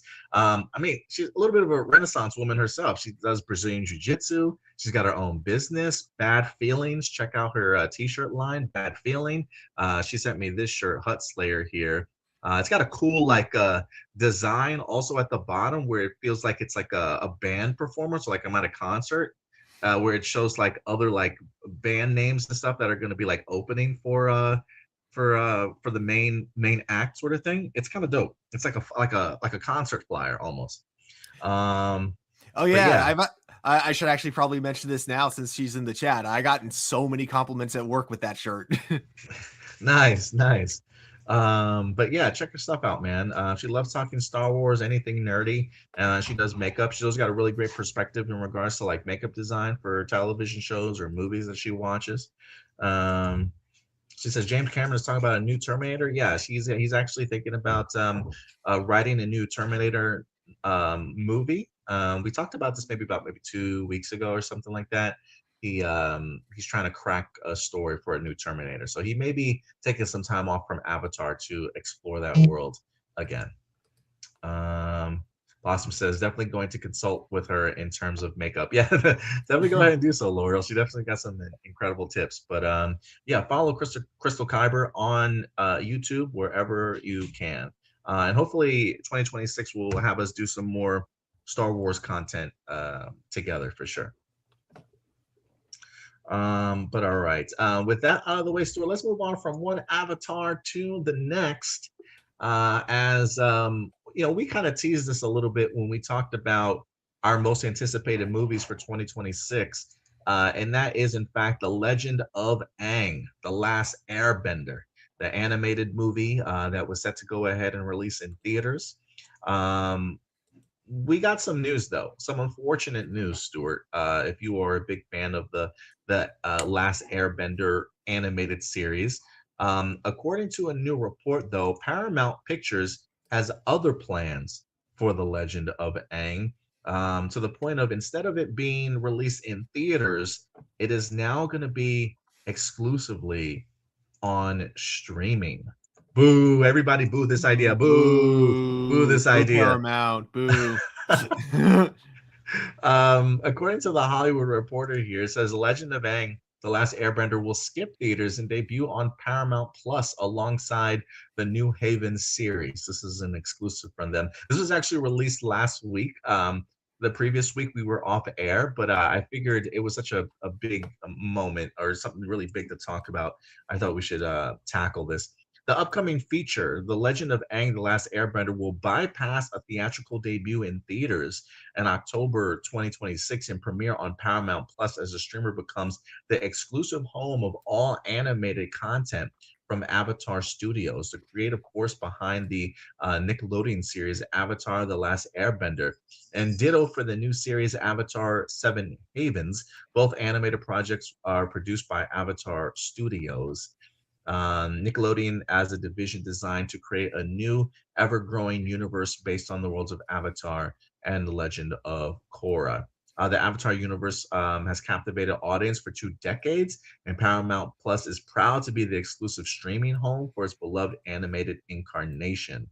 Um, Seven Havens represents the next evolution of storytelling from Avatar Studios, along with The Legend of Aang, bringing together remarkable talent both in front of and behind the camera.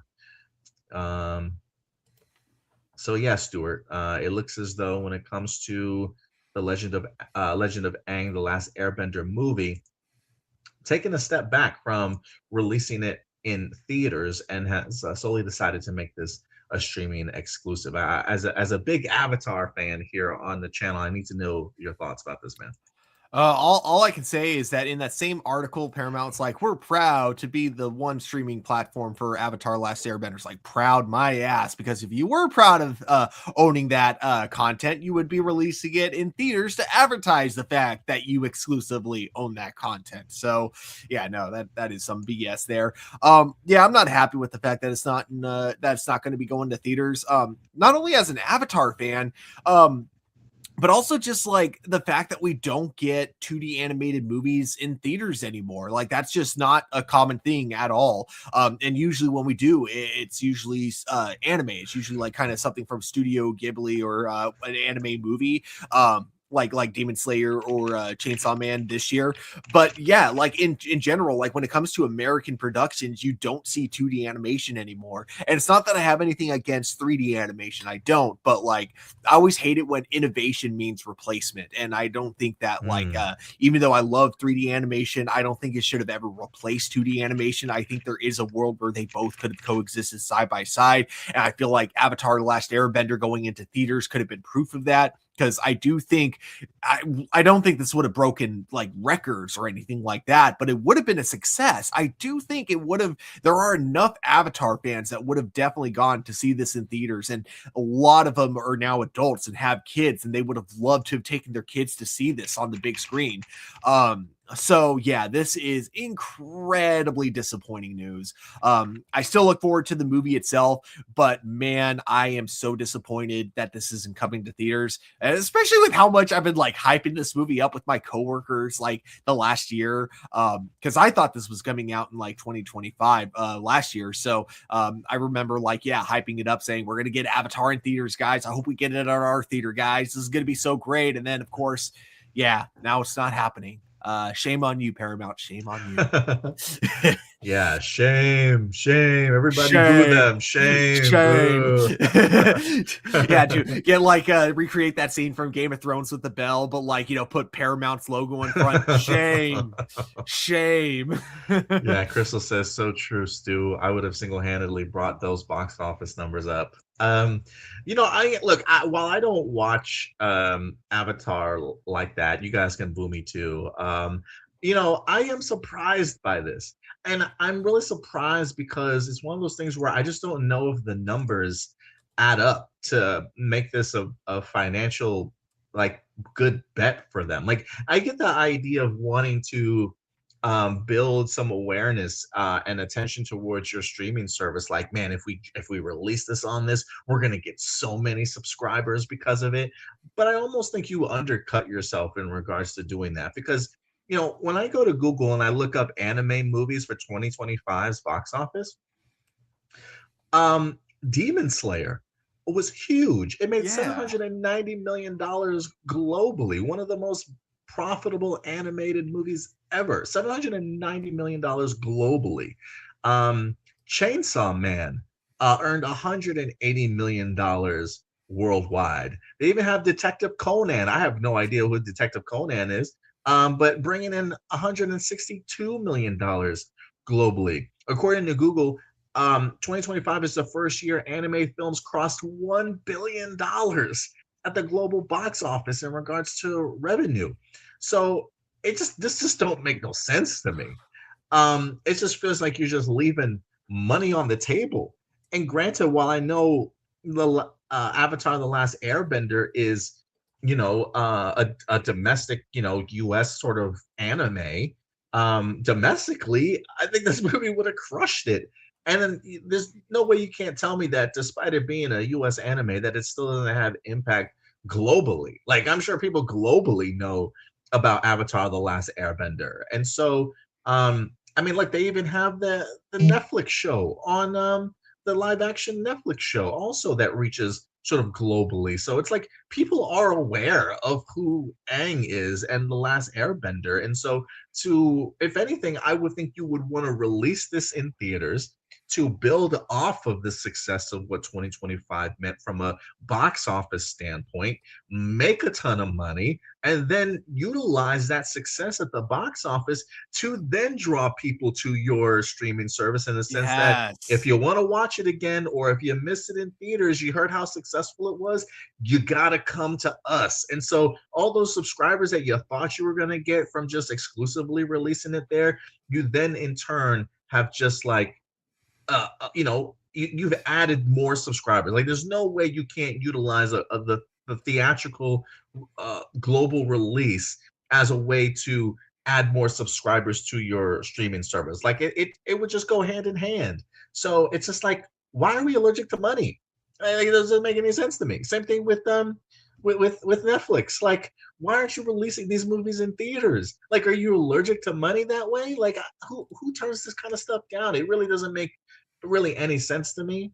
And it seems really kind of short-sighted, and like you're just not reading the tea leaves here, because anime is continuing to get more and more popular. And I think with this being 2025 being one of the more historical box offices for anime, I would think that would be a signaling sign. Like, yeah, we probably should release this in theaters. So, Paramount has been so focused on trying to acquire Warner Brothers that it feels like they've completely forgot, oh, we actually have to make business decisions for Paramount. Like, we really have to make smart decisions and actually create, good movies. Like, let's release a good movie first, Paramount.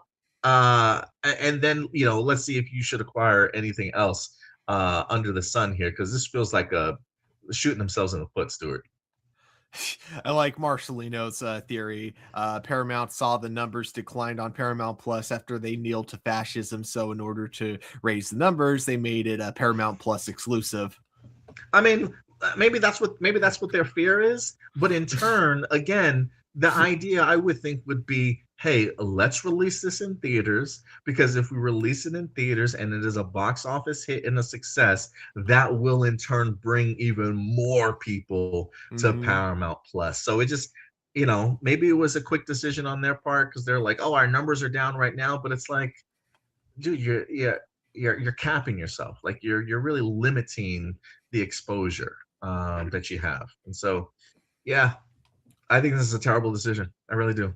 I do too, because I think I mostly do agree with you 100%. Like if you released it in theaters, you would have had the best of both worlds. You would have had the box office numbers, and you would have had free advertising for your streaming service, and gotten to advertise the fact that there's more Avatar to come in the future.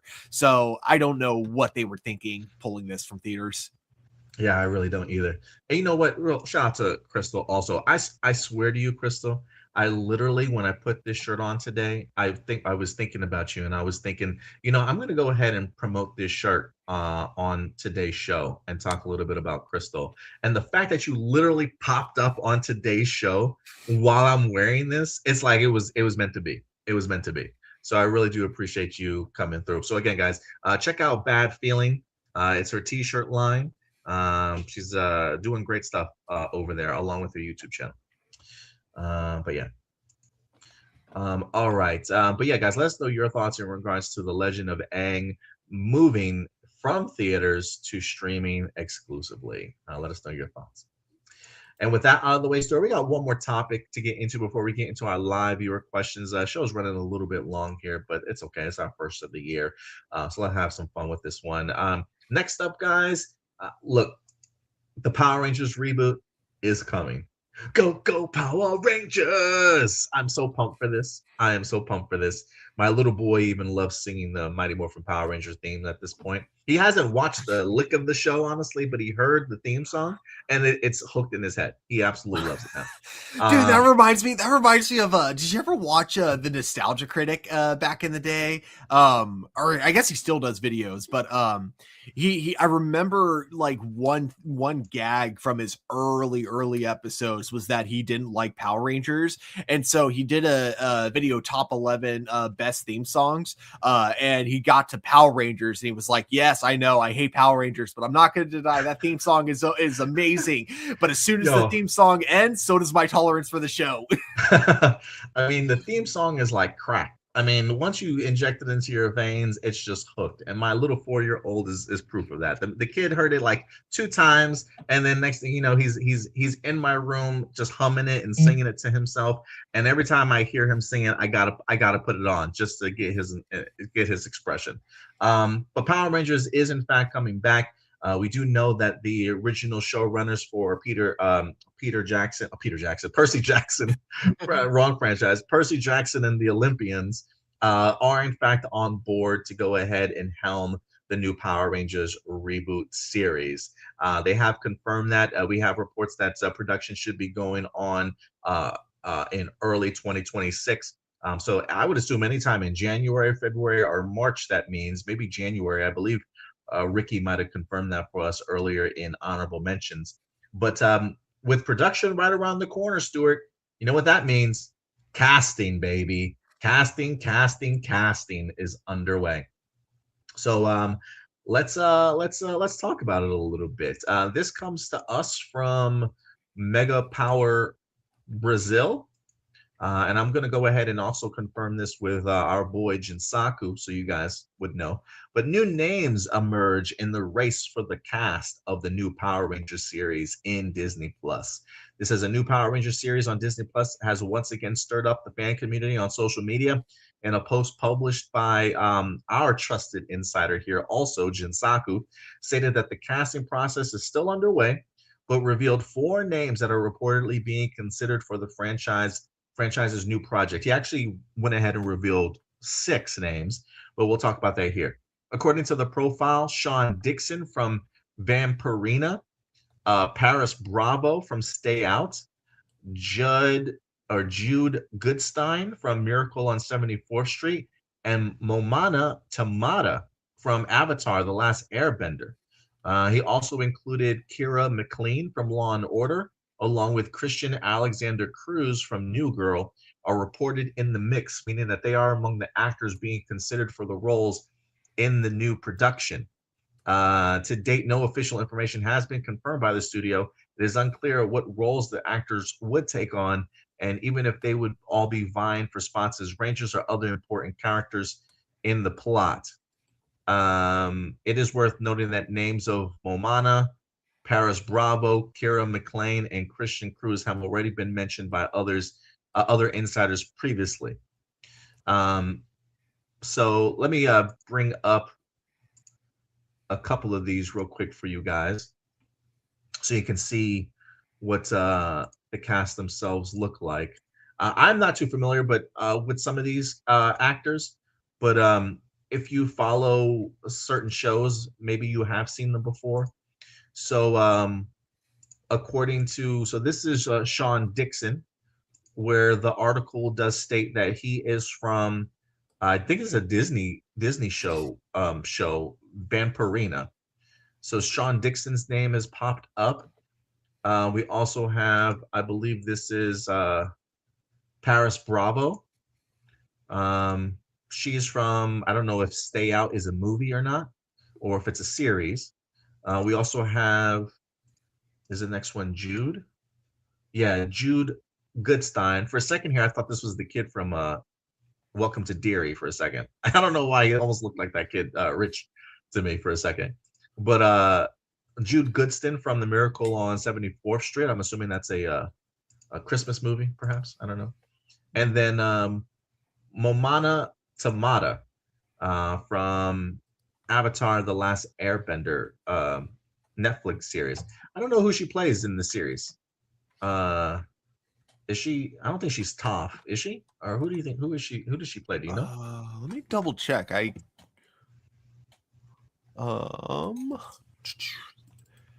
Sorry, give me just 1 minute.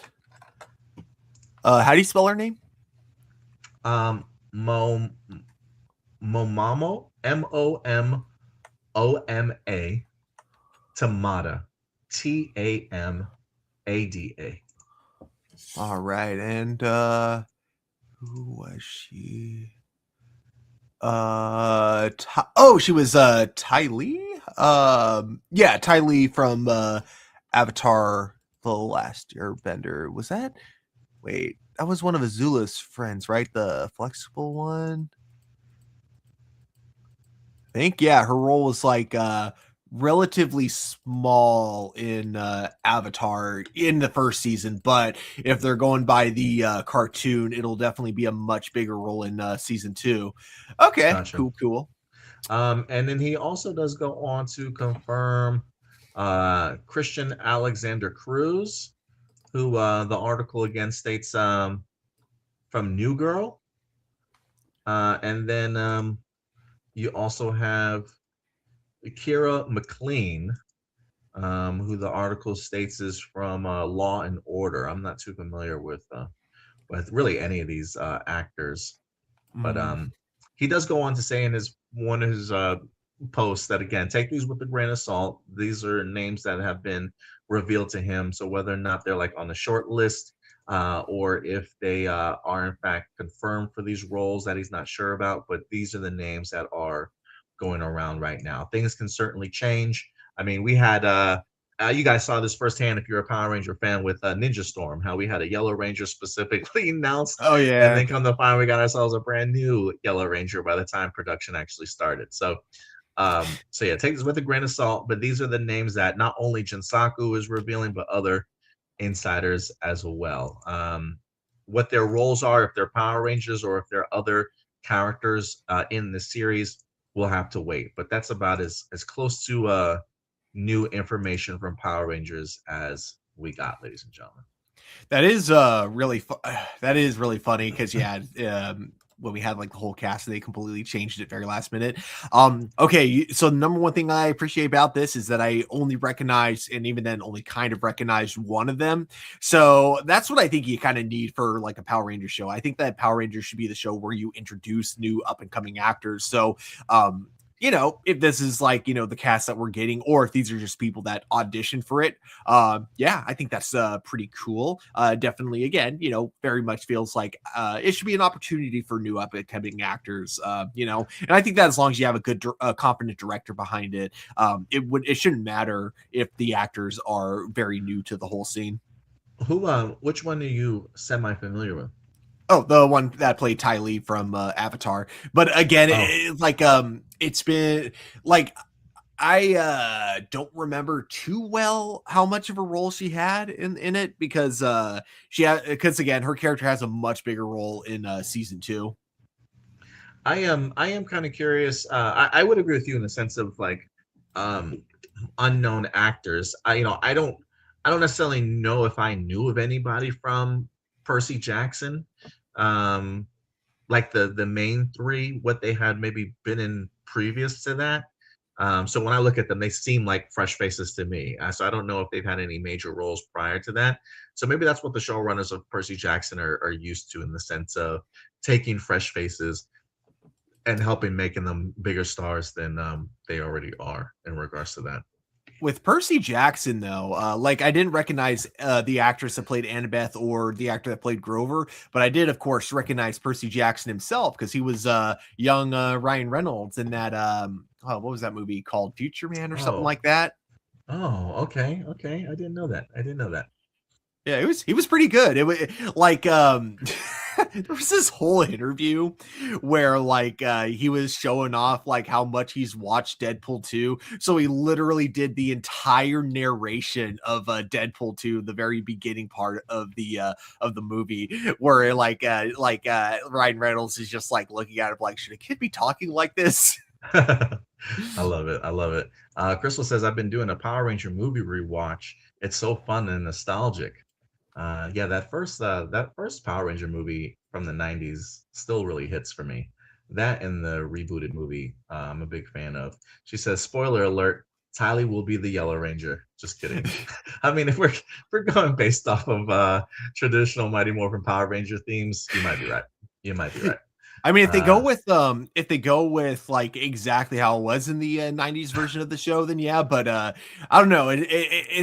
It depends on how like Disney, because I don't think Disney they're would do gonna that. I avoid it. think, Yeah, they're yeah, gonna avoid it. exactly. I think they I mean, want to she's just avoid kidding, like but it any is kind funny. of, yeah. I Yeah. think Disney's the kind of company that wants to avoid any potential controversies, and understandably, I think that yeah, that's something they're going to try to avoid again.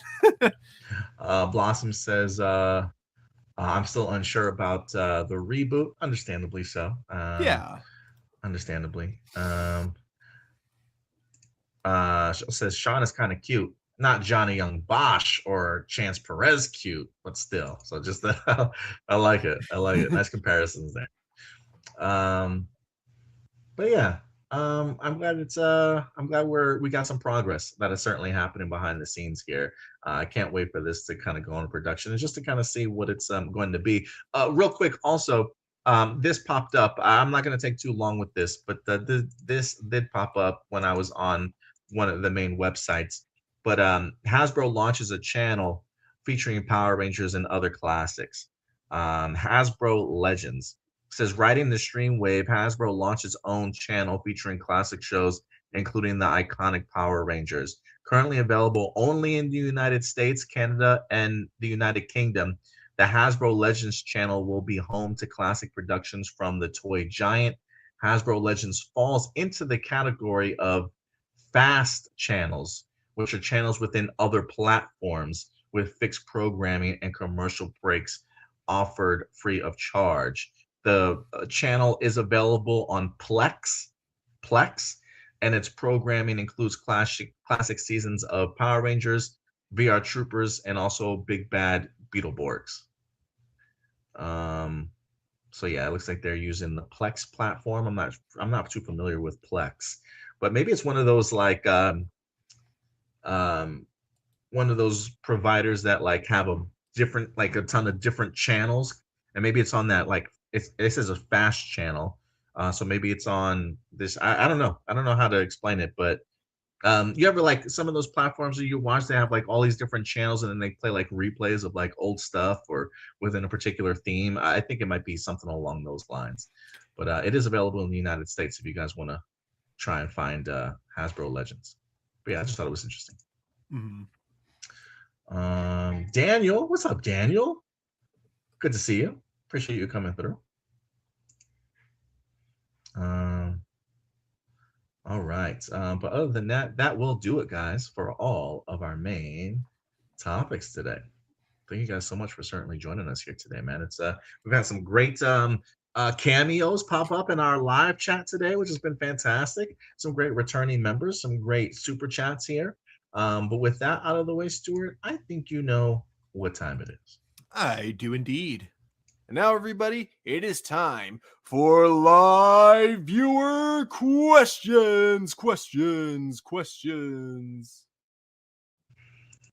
And we're going to get into our live viewer questions portion of the show. Thank you, Adam and Stuart. So fun starting a new year with y'all. Yeah, absolutely. I'm so glad that you saw us live and decided to jump in, Crystal. You know, I am working on trying to. This laptop has been giving me so many damn issues. I was going to try and fix it over the holidays, but I got to replace the fan on my computer. So I'm either going to purchase a brand new fan. I'm actually in the process right now of trying to see if I can find like a refurbished PC because I really would like to get like a desktop or something that I can maybe add to it over time if I need to. Because I really want something that's a little bit more secure than my laptop in regards to getting everything that I really need done on here. But 2026, I do want us to start this damn Star Wars podcast. Because come 2027, I need us at Star Wars Celebration. I'm just saying, I need us at Star Wars Celebration. You hear me?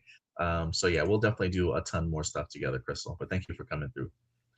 All right, guys. Now look, we are at the live viewer question portion of the show. If you ever want to submit a live viewer question over, how do you go about doing so? Well, let me go ahead and I'll go ahead and show you guys. So just go over to our YouTube channel, as you see right here. Voila. Every Saturday afternoon or Saturday evening, I will go ahead and make a live viewer question post. Just click on that post tab right here. And voila, live viewer questions. We got 11 comments. Let's see if we can blaze through some of these real quick, Stu. Of course. And first up today, we've got AJ and the Morphing Grid coming through. Rumors of the Triassic Ranger. The initial plans for Dino Thunder involved the character Devon receiving the powers of the Triassic Ranger, which would have established him as the show's sixth Ranger. This would have provided a compelling personal storyline for Devon, forcing him to keep his identity secret from his best friend Cassidy Cornell, an aspiring news reporter obsessed with uncovering the Rangers' identities, before their eventual reveal in the series finale. This concept, however, was abandoned when the source material, Abba Ranger, revealed that a Bear Max was merely a power up for the Red Ranger, Abba Red, due to limitations in Japanese footage. Ultimately, the Triassic Ranger was given to the Red Ranger, Connor McKnight, who later received a Power Rangers exclusive Battleizer armor. Do you think Devon's secret identity storyline would have been more interesting than what the show ultimately delivered with the Triassic Ranger just being a power up of the Red Ranger? Because yeah, I heard that before. But personally for me, I just liked it the way it was. I liked it just being a power up instead of like a whole new character. I think that would have just kind of like added more that like just didn't need to be added, if that makes sense. I get you. I don't know. I might have been open to the concept. I wouldn't have minded seeing something like that. I mean, Dino Thunder was really great as it was. They had already some really compelling storylines, so maybe the addition of Devin and his own kind of storyline plot might have bogged down things, or maybe a little bit too many moving parts. So I don't know. Maybe it was for the best overall, but I don't know. Part of me wouldn't have minded it. Well, who knows? We'll never know. Yeah. I, Marcelino. Oh, good. oh, sorry. I was just gonna say, I think like that's why I'm glad we didn't, because we already know that without it, Dino Thunder was a great season, but we still have that uncertainty of if they had added it, would it have still been a great season? Yeah, Marcelino says I like Devin and Cassie the way they were, and I like their development from not just being comedic goofs, but characters with goals. So yeah, I mean, I do think that they probably nailed the usage of it. Um, Marcelino, cartoons like Batman, Cape Crusader, My Adventures with Superman, Your Friendly Neighborhood, Spider-Man prove that rather than adapting the comics, you can just put the characters in a different setting and tell new stories with new interpretations of their cast. So which superhero do you want to see get the same treatment, and which setting you want it to be set in? Hmm.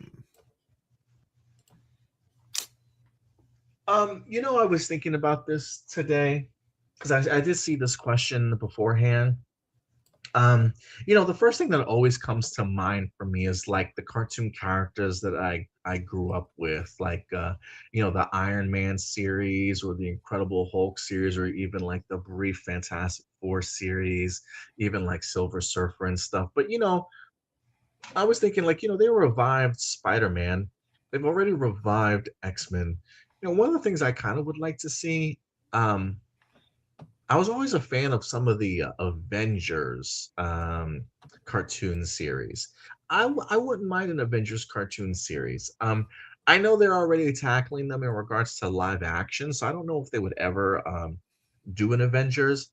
But similar to how like Spider-Man, Your Friendly Neighborhood Spider-Man, while they already focus in on live action, what they've done from a animated point of view is they've kind of taken the concept of a Civil War from the MCU. Like they've used that particular point and they've kind of flipped it on its head to make it sort of like a multiversal kind of story, but there's still pieces of like, oh, this is familiar from the MCU with the concept of like Civil War being in there. Like I don't know if it's the Accords or the superhero, registration type of thing. So I love how they've taken like a premise of the MCU, but they've made it multiversal and have given us a friendly neighborhood Spider-Man. I would like to see an Avengers movie. Um, and when he says which setting do you want it to be in, I kind of want it to be in the setting of where Loki escapes. So like after Endgame, we see like there is another timeline of the Avengers where that Loki that they're captured after the invasion of New York escapes. I want to pick up an Avengers animated series from that point with that premise. Like, what does that world of the MCU look like, and how vastly different would it be, and allow them to be able to explore sort of a multiversal Avengers story where they're not bogged down by the events of the MCU, but we can get a really cool MCU, or we can get a really cool Avengers animated series. So then you can introduce brand new characters, brand new storylines, people from the comic books that have never been introduced live action, make them part of the team.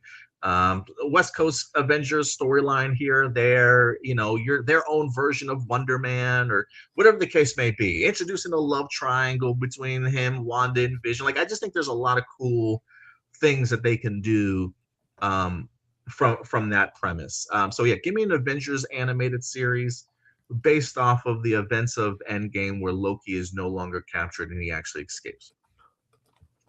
I love it. Oh man, I'm trying to think of one that I would do. So basically a comic book, but basically an animated adaptation of a comic book that doesn't necessarily have to follow any storyline. Like I love the I love the idea of isekaiing certain characters, which I know they kind of did with the Suicide Squad. So I guess like the question would be, what kind of character would I want to see like isekai in what kind of world? I don't know. Oh man, this is actually a really hard question. I guess I would like to see. They had an episode. There's been several comic books like this, but they had an episode of Justice League where it was like Superman sent to the far future, where Vandal Savage had like completely destroyed everything, and it was taken over by a red sun, so he had no powers, and it was just him as a human trying to survive. I wouldn't mind seeing something like that, where like you take a DC character, you put him in like a post-apocalyptic kind of world, or any kind of superhero, one who used to be powerful and used to basically inspire people through their power and through their acts, but now has had that power taken from them, so they have to find a way to continue to inspire people even without that power. So I guess something along those lines, like a depowered Superman type of storyline. I kind of dig it. Marcelino says, I was expecting something like Wonder Woman in the Victorian era, or a Green Lantern being a Black Ops CIA operation. I mean, I have always been fascinated with like the Avengers 1609. I know they tackled that a little bit in What If, but maybe I would make it a little bit different from the What If version of things. Maybe more of a whether that be a comic book accurate 1609 kind of storyline telling that they have already. But I still would want an Avengers, but I mean, I could pick any particular time period, but the medieval times, the 1609s for me, I don't know why, was always fascinating. So I still want an Avengers, but if we're talking about like taking them out of their setting in some way, shape, or form, I still think the 1609 or just any early years. I mean, you can even go I would even be open to the idea of like I don't know what Avengers run this was, but I remember Ed McGuinness was the artist on it. This might have been like a 2010 run or early 2000s run, where it was like the first Avengers team from like prehistoric ages. And so you had an Avengers team that was put together of like the Phoenix, I think a Wolverine was a part of the team, a Black Panther in some way, shape, or form was a part of the team. Something like that would be pretty interesting to me. Just an early rendition of an Avengers team in a different time period. Ooh, so one other that I could see working is there was a pitch for a comic book, and since this never got made into a comic book, this would technically fit Marcelino's question if they adapted it into an animated show. But Tom King had this pitch for a comic book where it'd be a road trip with Aquaman and a goldfish in a bowl, and like the big joke would be that anytime the goldfish would talk, the audience would just see the bubbles or the thing saying glub glub, but then Aquaman would know exactly what that means, kind of like Groot, I am Groot, but like the characters know exactly what he's saying. So it'd be like that with goldfish. Goldfish would be saying glub glub, and then you'd have Aquaman saying, no, we're not making another stop, or something like that. So that'd be a funny animated show. Yeah, so this would be So okay, so looking back, I had to look up the storyline here. This is Earth 1 million BC. It says the Avengers of Circe 1 million BC were a group of Earth's mightiest heroes who assembled to vanquish a horde infected celestial. Together, they saved the world more times than Odin can count. So it looks like they had a Ghost Rider. They had their own Star Brand, Incredible Hulk. They had a Black Panther. They had a Thor. They had the Phoenix, and I think it's like a Doctor Strange or maybe that's Doctor Druid. I'm not sure. But it was created by Jason Aaron back in the day. I don't know what time period or like what year this was for the Avengers team, but yeah, give me something like that. Avengers 1 million BC. Let's see what other questions did he have. Did you notice that What If and Marvel Zombies have ruined and nerfed the Infinity Stones? Like Ultron killing Thanos, who has five Infinity Stones in seconds. Ultron using the Infinity Stones in other universes when it was directly stated that the stones can only be used in their own universe.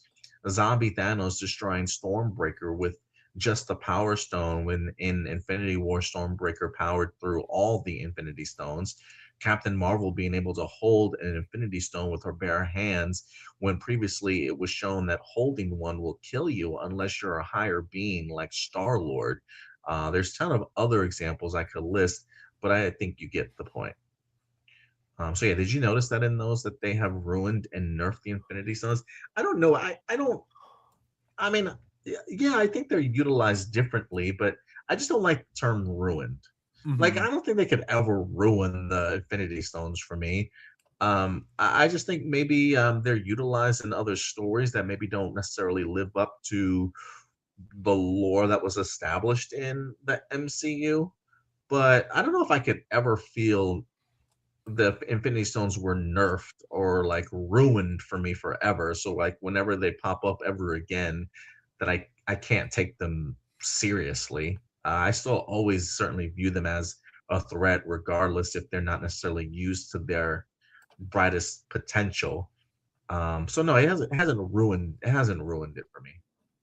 Yeah, I mean, I'd say I agree that it hasn't ruined it, but I kind of get the point. Like, Yeah, I it's get the hard I to, get the point. yeah, like it's hard to like feel the suspense that the writers would want us to feel if the writers aren't going to be consistent with how the rules work for, their plot devices. So I definitely get it. Yeah, I mean, I certainly get it. He also says, "Oh, the Infinity Hulk from Marvel Zombies had the power of all the Infinity Stones, yet all he did was punching." I thought that was badass, though. I mean, I thought that was pretty epic, and just seeing him being able to hold all those powers. Yeah, I was always under the impression that it was because he's the Hulk. I mean, I don't know how intelligent he was in the sense of understanding how to fully utilize all of his power. It just felt like it was just really like raw, untapped potential of like his a bit like just his strength alone in regards to what he was capable of doing. Um, I just thought it was badass. It didn't ruin it for me, but I get what you're saying in regards to how the utilization sometimes of it has certainly changed to not necessarily make sense, but yeah. It's okay to me. Anytime I still see the Infinity Stones, I don't. It doesn't take anything away from it for me though. Yeah. So DC can't use milestone characters in their adaptation or even any other DC stories because rights issues. They say that milestone characters don't fall under the DC umbrella. And while I don't like how the situation and while I don't like how the situation and idea popped in my head, what's stopping Milestone from just seeking out other studios or even making their own where they can make their own adaptations independent from DC? Like, think about it. Milestone isn't held down by DC, so they can do it if they wanted. But since they aren't, they come across as lazy. It works to it works too because Milestone isn't an intrinsically linked to DC as Spider-Man is to Marvel. They do Sony Sony is doing expect much better. Instead, they're like Universal with Hulk, where they don't want to make a Hulk movie. I would definitely not say it's like that. I would say it's a more that like because there are people that have mentioned interest in wanting to work on milestone characters. Like I remember Michael B. Jordan specifically saying that he wanted to like be involved in some way as a producer, I believe, when it came to Static Shock. But I think like the main thing is whether or not studios see the value in that. Warner Brothers, I think like the big thing of why they haven't already made a deal with Warner Brothers in terms of other characters that are a guaranteed success. Like I still think Static Shock is a guaranteed success if you were to make that to a movie. And I think the only reason they haven't pulled the trigger on that yet is because they're if you have two different people that own two different IPs, and knowing James Gunn, he would probably want to keep that in the DC universe. I think it would just be that like while it could happen in the future, it's not going to be anytime soon. I think there's just so many hurdles you have to jump through in order to make that happen for Warner Brothers. As for other studios, why they haven't tried to pitch their IPs to other studios, honestly, I wouldn't be surprised if they had. I don't think it has anything to do with laziness. I just think it's just other studios don't see the potential in milestone comic books, unfortunately.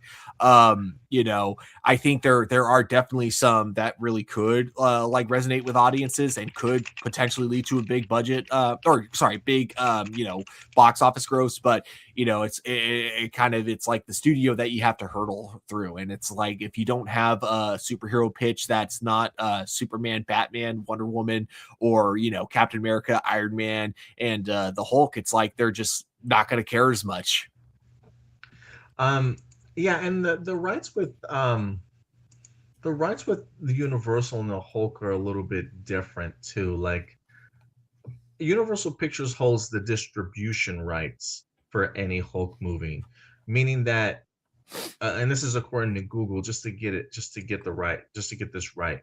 Um, Disney must offer Universal the first chance to distribute them and share profits, which has stalled solo movies despite Hulk's MCU appearance. So this deal stems from the 2008 film where Universal co-produced and gained distribution rights with the first refusal for um, um, future movies. So I think this is more a case of Disney and Marvel Studios not wanting to do a solo movie for the Hulk because of the fact that it's got to go to Universal. I think this is a case of Marvel Studios and Disney wants to keep all that profit and distribution rights in-house, and they don't necessarily want to share profit with Universal in regards to doing that.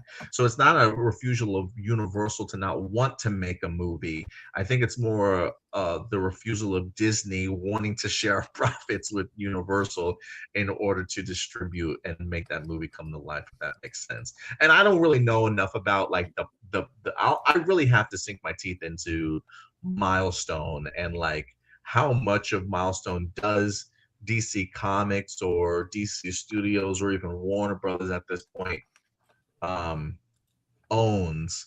Like, who has the rights in order to be able to do what?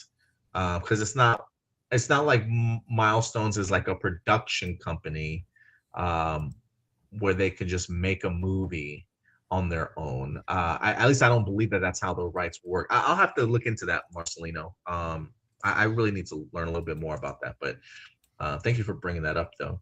And going back to the Hulk thing and Infinity Stones, he says, if he's just going to punch, how about every punch is different? Like one does time usage, the next one does reality usage.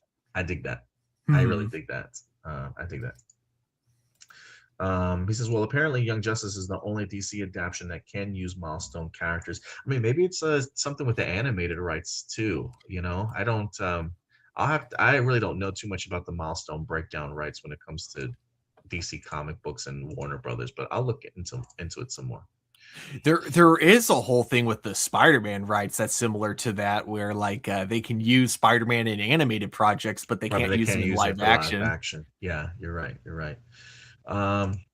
Blossom, happy New Year, fellas. Did you guys have any New Year resolutions? That is, if you don't mind me asking. I don't think I had any resolutions per se.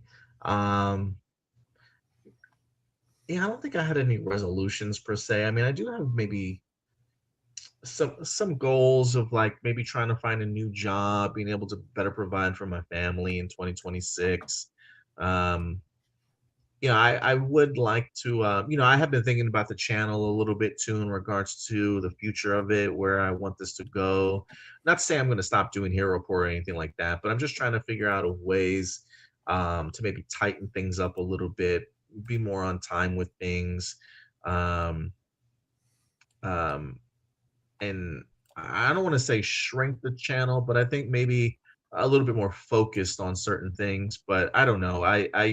2026, I think is going to be an ever evolving change for Hero Report in some way, shape, or form. Um, it's not going away for sure. I don't want you to not understand what I'm saying, but I do want to put more focus towards it in regards to that first off would have to be, either a PC or a laptop so I can really feel like I'm back on my feet sort of thing.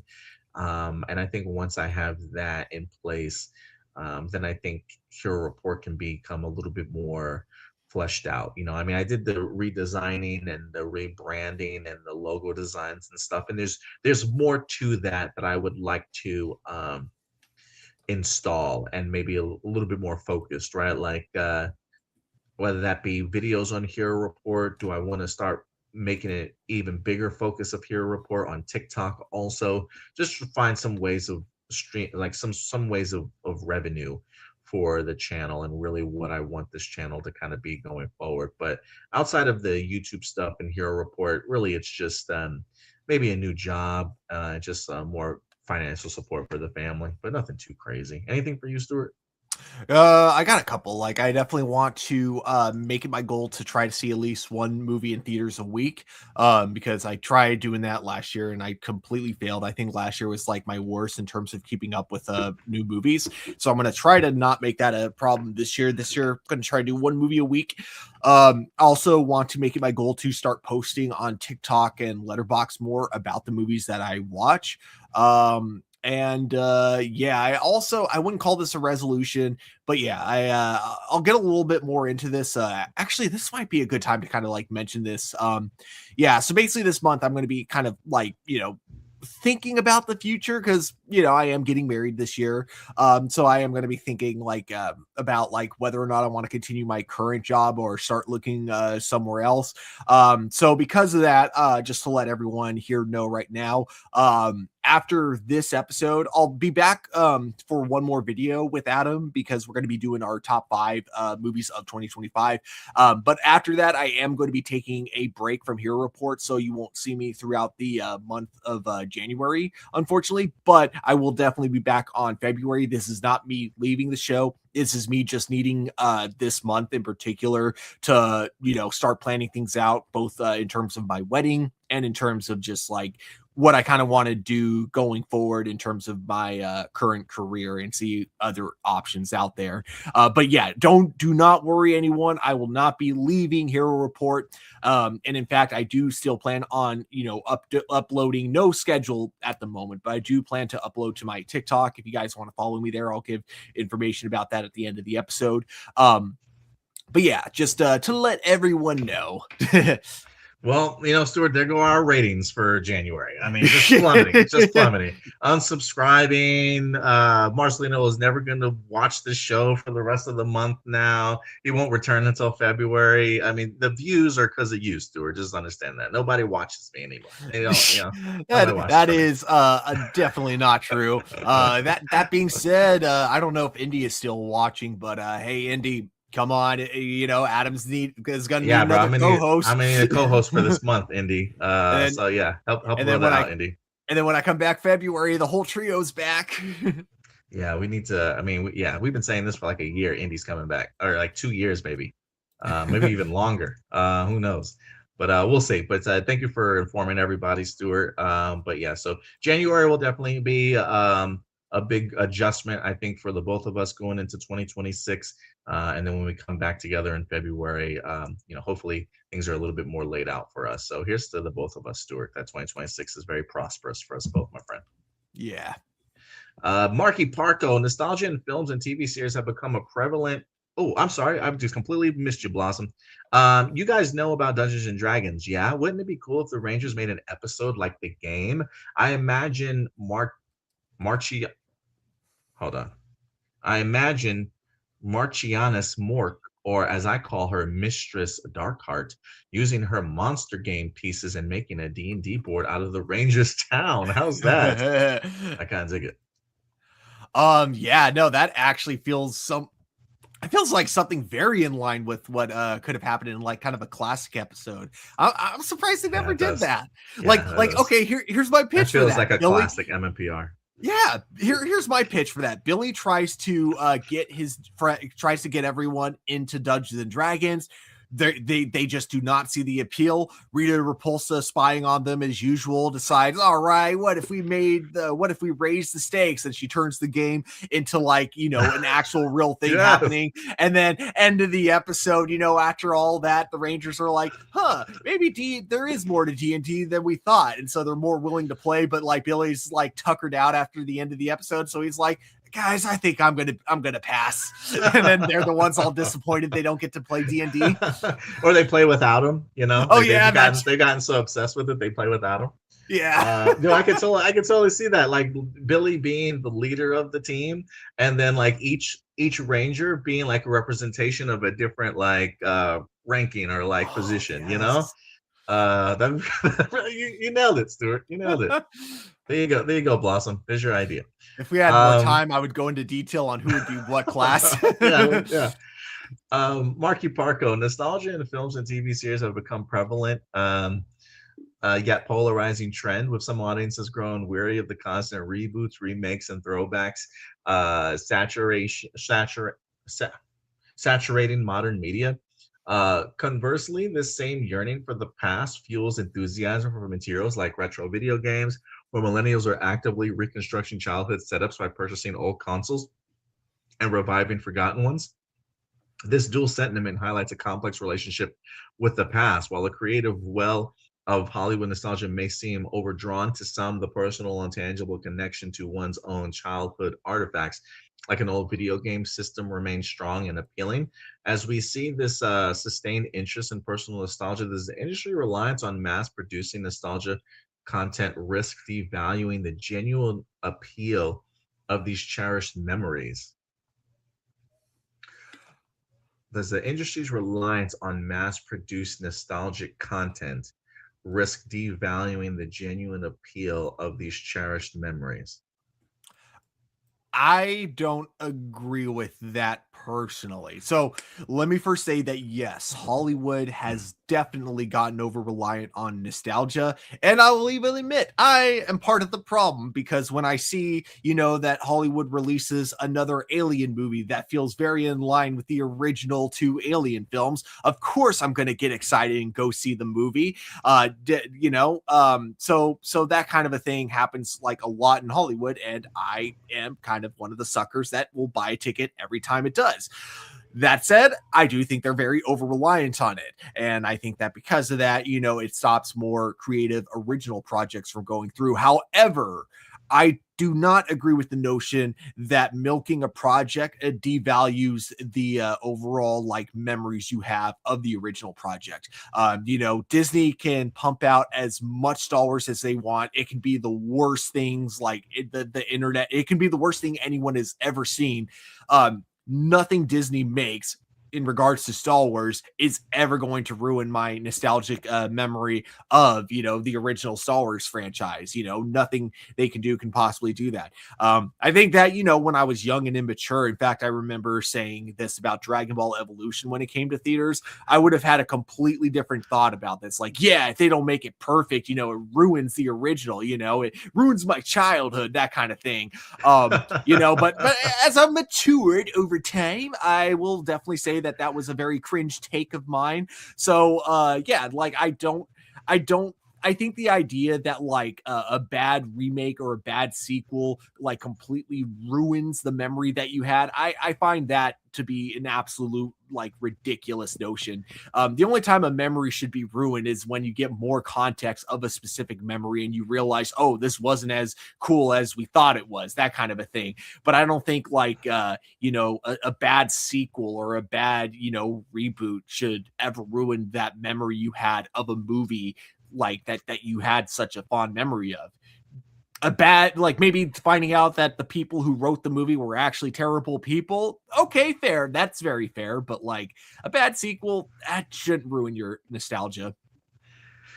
Yeah, no, I agree with you wholeheartedly. When I hear people say stuff like that, like, "Oh, you've ruined my childhood," or like, "Oh, I can't watch the stuff there and look at it the same again," like I just roll my eyes. Like that's just so ridiculous. Like it's just so ridiculous.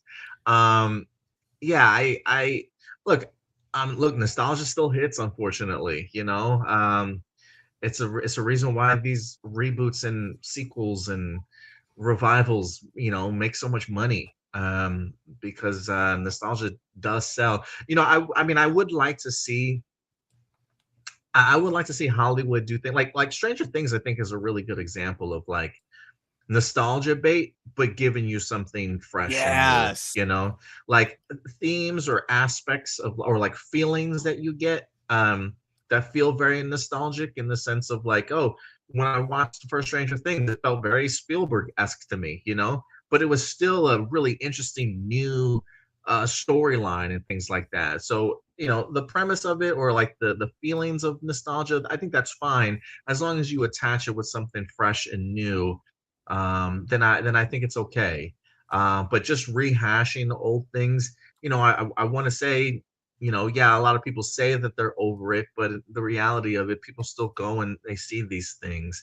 But so I do think it's a problem. Don't get me wrong, but it's not enough to ruin a memory of mine. I'm a fan of these things for a particular reason that I hold dear to my heart, and it doesn't matter the amount of crap Star Wars or Marvel or DC will ever put out that will ruin my childhood or or the aspects of the things that I loved about those franchises. This is not possible because I'm a fan of these things.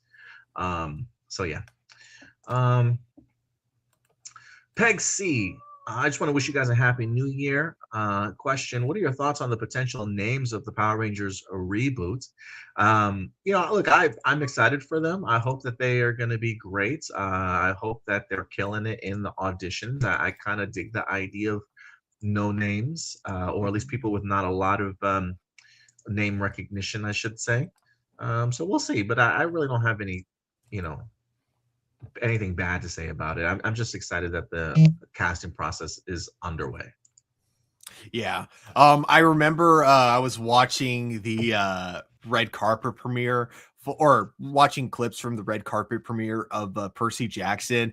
And one of the main questions people kept asking the showrunners were, so what can you tell us about Power Rangers? And someone asked the question that I would have asked, but of course they couldn't answer anything. They were like, we can't say anything about it. But someone asked the question of, is this going to be a reboot or is it going to be in that same like main continuity of the original Power Rangers? They didn't answer, obviously, but I'm just kind of like, I'm glad people have the same questions as me. Yeah, absolutely. Trying to get to the heart of what Power Ranger fans really want to know. Yeah. With Sagat missing from the first Street Fighter movie coming out, do you think if successful, Sagat will be in the sequel? I think so. I mean, it's one of those things too, right? Where like the first Mortal Kombat movie missed on adding some characters, but now we get to a sequel, and now they get to opportunity to include other ones also. So I was always a big fan of Sagat from the Street Fighter video game. So yeah, I could potentially see him. I mean, if fans ask enough for him or bring him up, like where's Sagat sort of thing, then yeah, I think the creators would certainly pay attention to that and maybe include him for sure, and maybe some other names that aren't necessarily listed.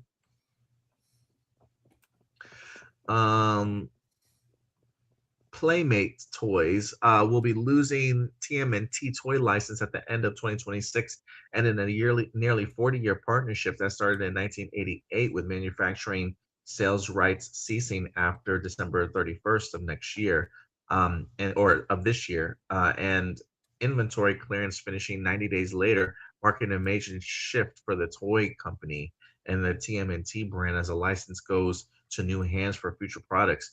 Who do you want to get to see get a hold of the TMNT toy license? Honestly, because it's the only toy company I really know of, probably Hasbro, but and not only just because not because like I think Hasbro is like the best when it comes to making toys, but because they also do tend to license their own properties out to other people. Like they've been doing that with Power Rangers for a while. So I think that like if they were to have TMNT, they could rent out the license to like other companies to make their own like TMNT like figurines as well. So I'd go with Hasbro. Yeah, I'm not too familiar with.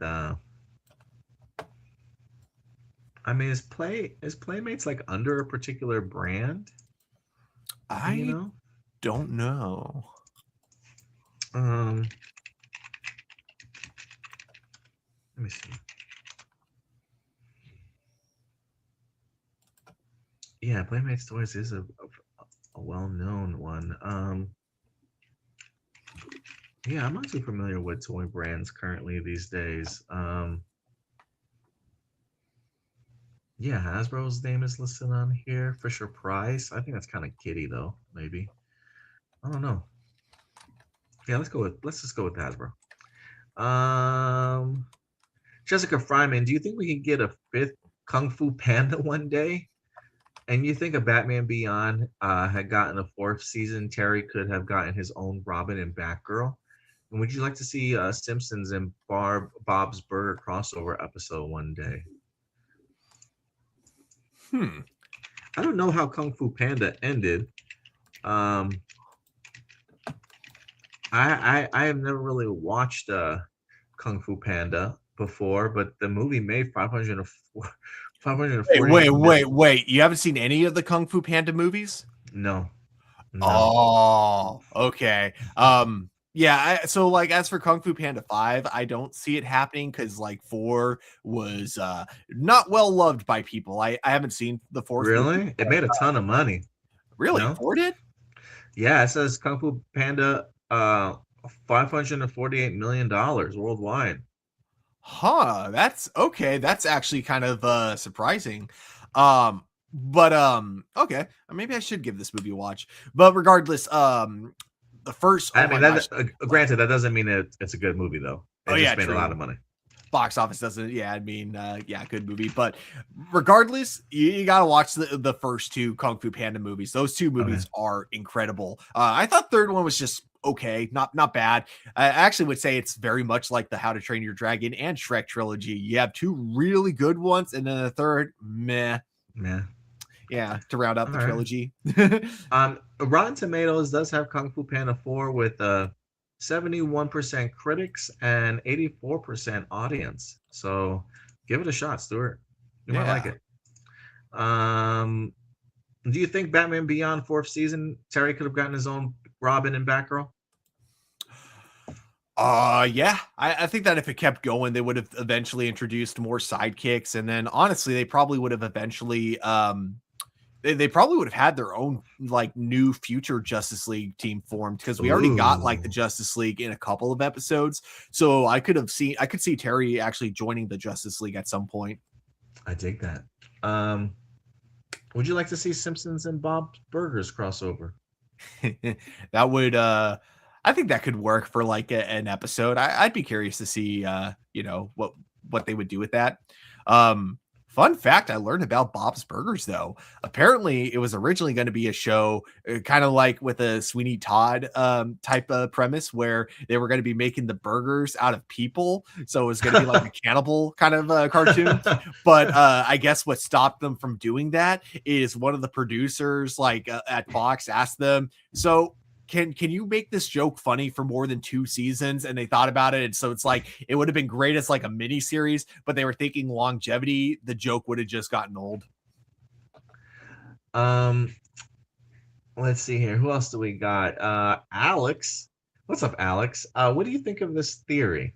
The internet often speculates about Peter McAllister's, Kevin's dad, mysterious profession. as his family somehow afforded a huge Chicago home and constant international travel, leading to the hilarious fan theory that he was secretly a wealthy figure. Actor John Hurd also played the rich, indulgent father, Warren Vandergeld, in White Chicks, who spoiled his antagonistic daughters, Heather and Megan. Could Vandergeld's immense and perhaps illicit wealth be the real source of the McAllisters' luxurious lifestyle and why he always seems so stressed in Home Alone? Wait, so like he has a secondary life? Family? Is that what he has? It sounds like he's saying.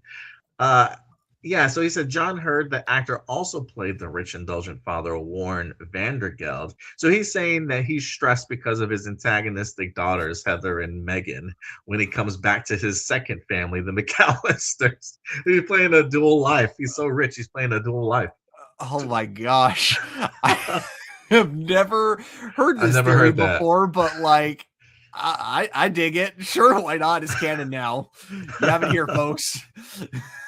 Yeah, Peter McAllister had two families. That's all. I love it when people take like properties that are not like meant to be connected and then they try to find that connective tissue. Like there was the whole thing with Drake and Josh and iCarly, and because like they have two actors from Drake and Josh in iCarly, specifically the actor that played Crazy Steve plays Carly's brother, and then the actress that plays Megan in the original Drake and Josh plays Carly. So the theory that fans came up with was that like Crazy Steve kidnapped Megan and then indoctrinated her into thinking that she was his sister or something like that, because that seemed like something Crazy Steve would actually do. I never heard that before, but that's pretty dope, actually.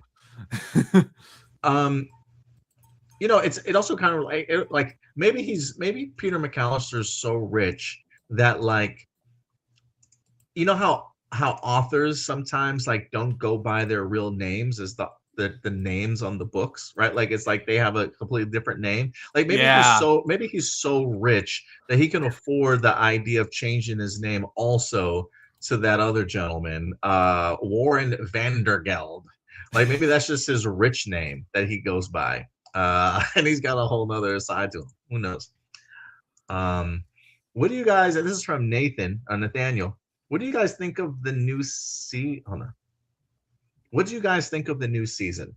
10 years after the original series finale, Spartacus War of the Damned, Spartacus House of Asher returned to explore an alternate history where the antagonist Asher survived, featuring a pivotal cameo by Lucy Lawless as an illusion of her character Lucetria.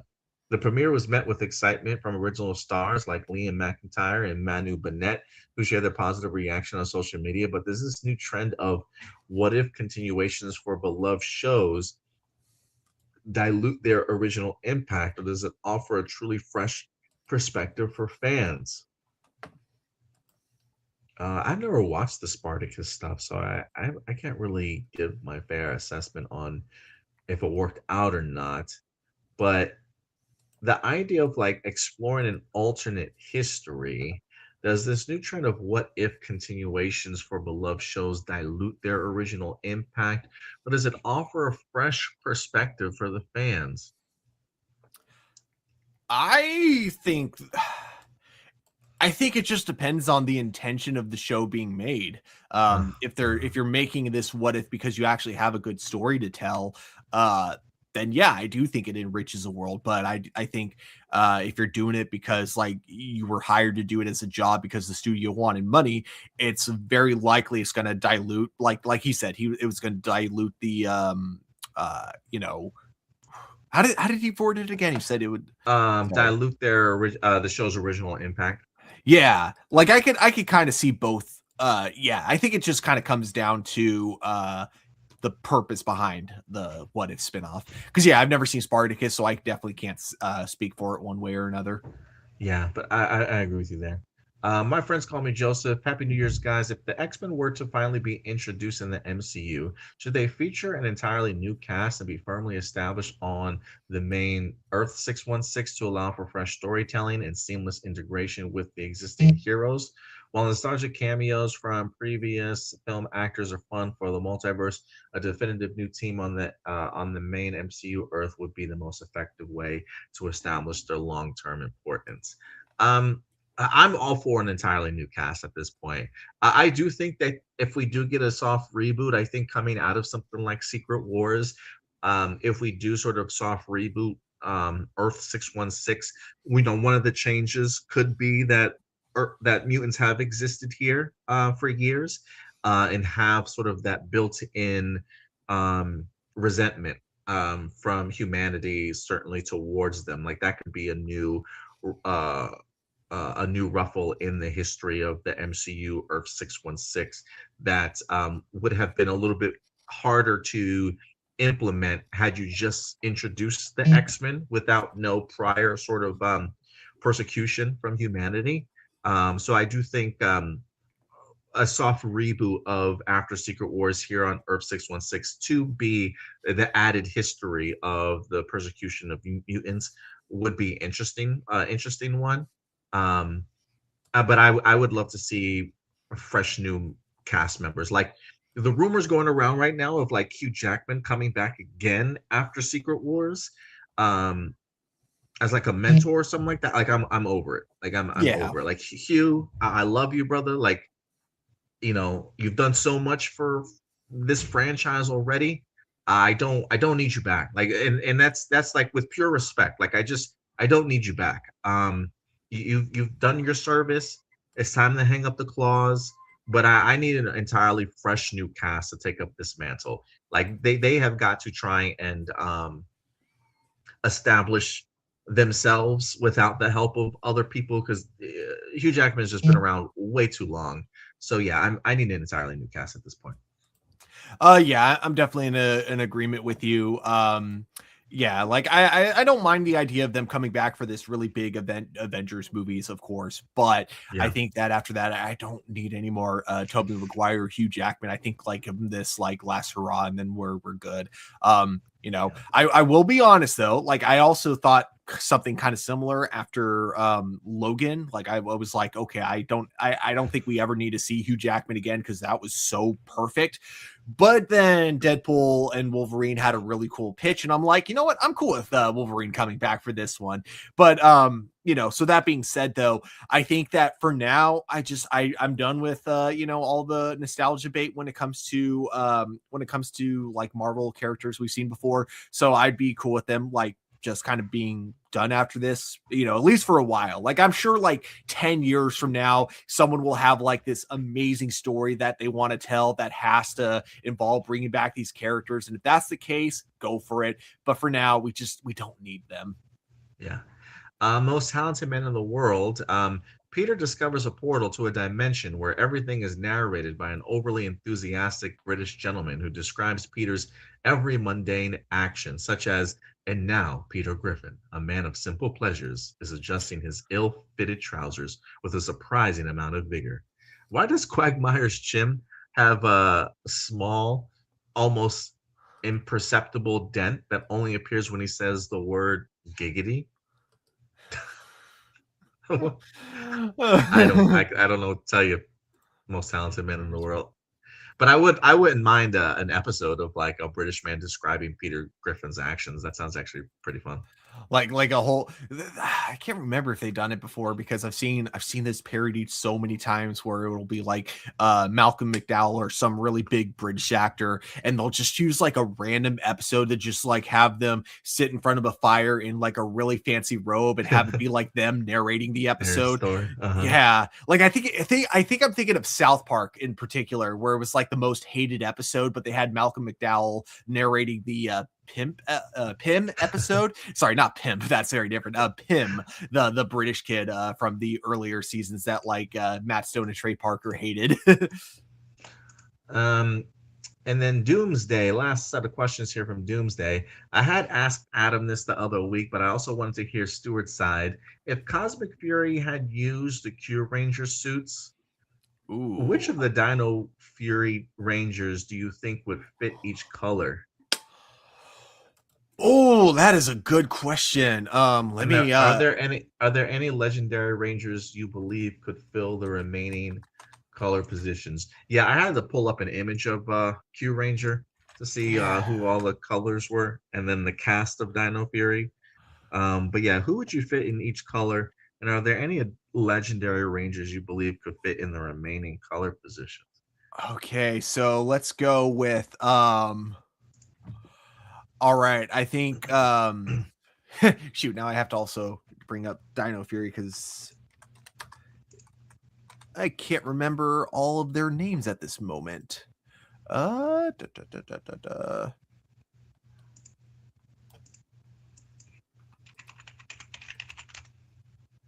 Okay, here we go. Okay, so we'll start with Zato. Zato, I think I'm going to be obvious here and give him the Red Ranger. Hunter, sorry, Amelia. Um, Actually, no, sorry, I take that back. With Zato, not the not the original Red Ranger. He would be the Red Ranger that kind of that doesn't show up until like towards the end. I'd say he's kind of the sixth Ranger, even though he's like the 13th Ranger that appeared in the show. But yeah, so Zato would be that Red Ranger. Amelia would be the original Red Ranger because she becomes the Red Ranger. Ollie, we'll stick with him being blue. He'd be kind of a really cool wolf and everything. Ollie, and then let's see, Izzy.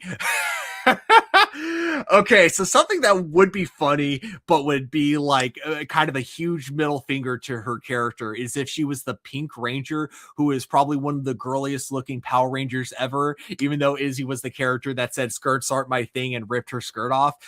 So yeah, but I think that would be the funny one, but I think the more likely one would be the Green Chameleon Ranger. And Hey then Stuart, okay. can you start over? Because I think we dropped. I think we dropped. Oh, did Can you we? start Oh, over? okay. Yeah, we dropped. Can Yeah. you start over? Okay, yeah, for sure. So Zato as the kind of technically 13th Ranger, but you know, he's written as the 6th Ranger as like the other Red Ranger and Q Ranger. So Zato is him. Amelia as the Red Ranger. I'd go with Ollie as the Blue Ranger, and then Izzy as the Green Chameleon Ranger. I'd go with Javi. Would I keep him as the Black Ranger? You know what? I think yeah. For the most part, I'm keeping most of the colors the way they are. So Ollie would definitely be the Bull Black Ranger. And Ion. Oh man, who would he be? Because I would either have him as man, this one's no, you know what? I'm gonna go with because even though he was the Gold Ranger, I feel like Ion and I feel like for adapting Q Ranger, the Gold and Silver Ranger have to be like two best friends. And since we already know, Mm. since I already did Kato as the Red Ranger, I'm gonna go with Ion as the Orange Ranger. So now that leaves 4 Rangers remaining. Purple Ranger, definitely Billy, since he's already kind of the mentor. As for the who are 2 people that could be the Silver and Gold Ranger? Like it would have to be like a duo that's like already kind of established. Oh my gosh, no, we have any kind of 2 like I don't know if I'd go with the comedic relief characters that were established in Dino Fury, but we get comedic relief characters as the Gold and Silver Ranger because they were both like kind of a duo in Q Ranger as like kind of a comedic duo. So like I don't know, like you know what? I'm gonna be weird here and say give me Bulk and Skull as like the as the Gold and Silver Ranger or something along those lines.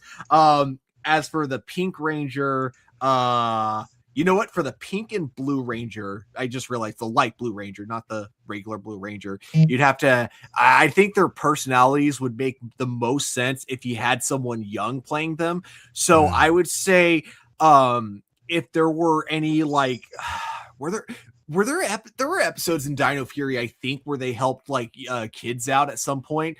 So if like basically call back to like any moments in the past couple of years where there were any kids that they inspired, I would have those 2 as the Pink and Blue Ranger. I like it, dude. I like it. I Yeah. like it.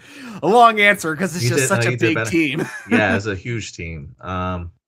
Let's see here. He also asked, I don't know if I'm just tripping out or something, but did they ever give an in-universe reason for the recast of Don Cheadle's Rodney in Iron Man 2 and Mark Ruffalo's Bruce in the Avengers? I honestly don't remember if they did or not.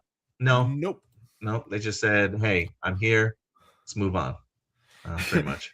In fact, something I thought was kind of funny in What If season 1 is that when we see Bruce Banner, it looks like they modeled his character in like a weird like hybrid of Mark Ruffalo and Edward Norton? Edward Norton. Yeah, it was still Mark Ruffalo's voice, but he did not look like Mark Ruffalo.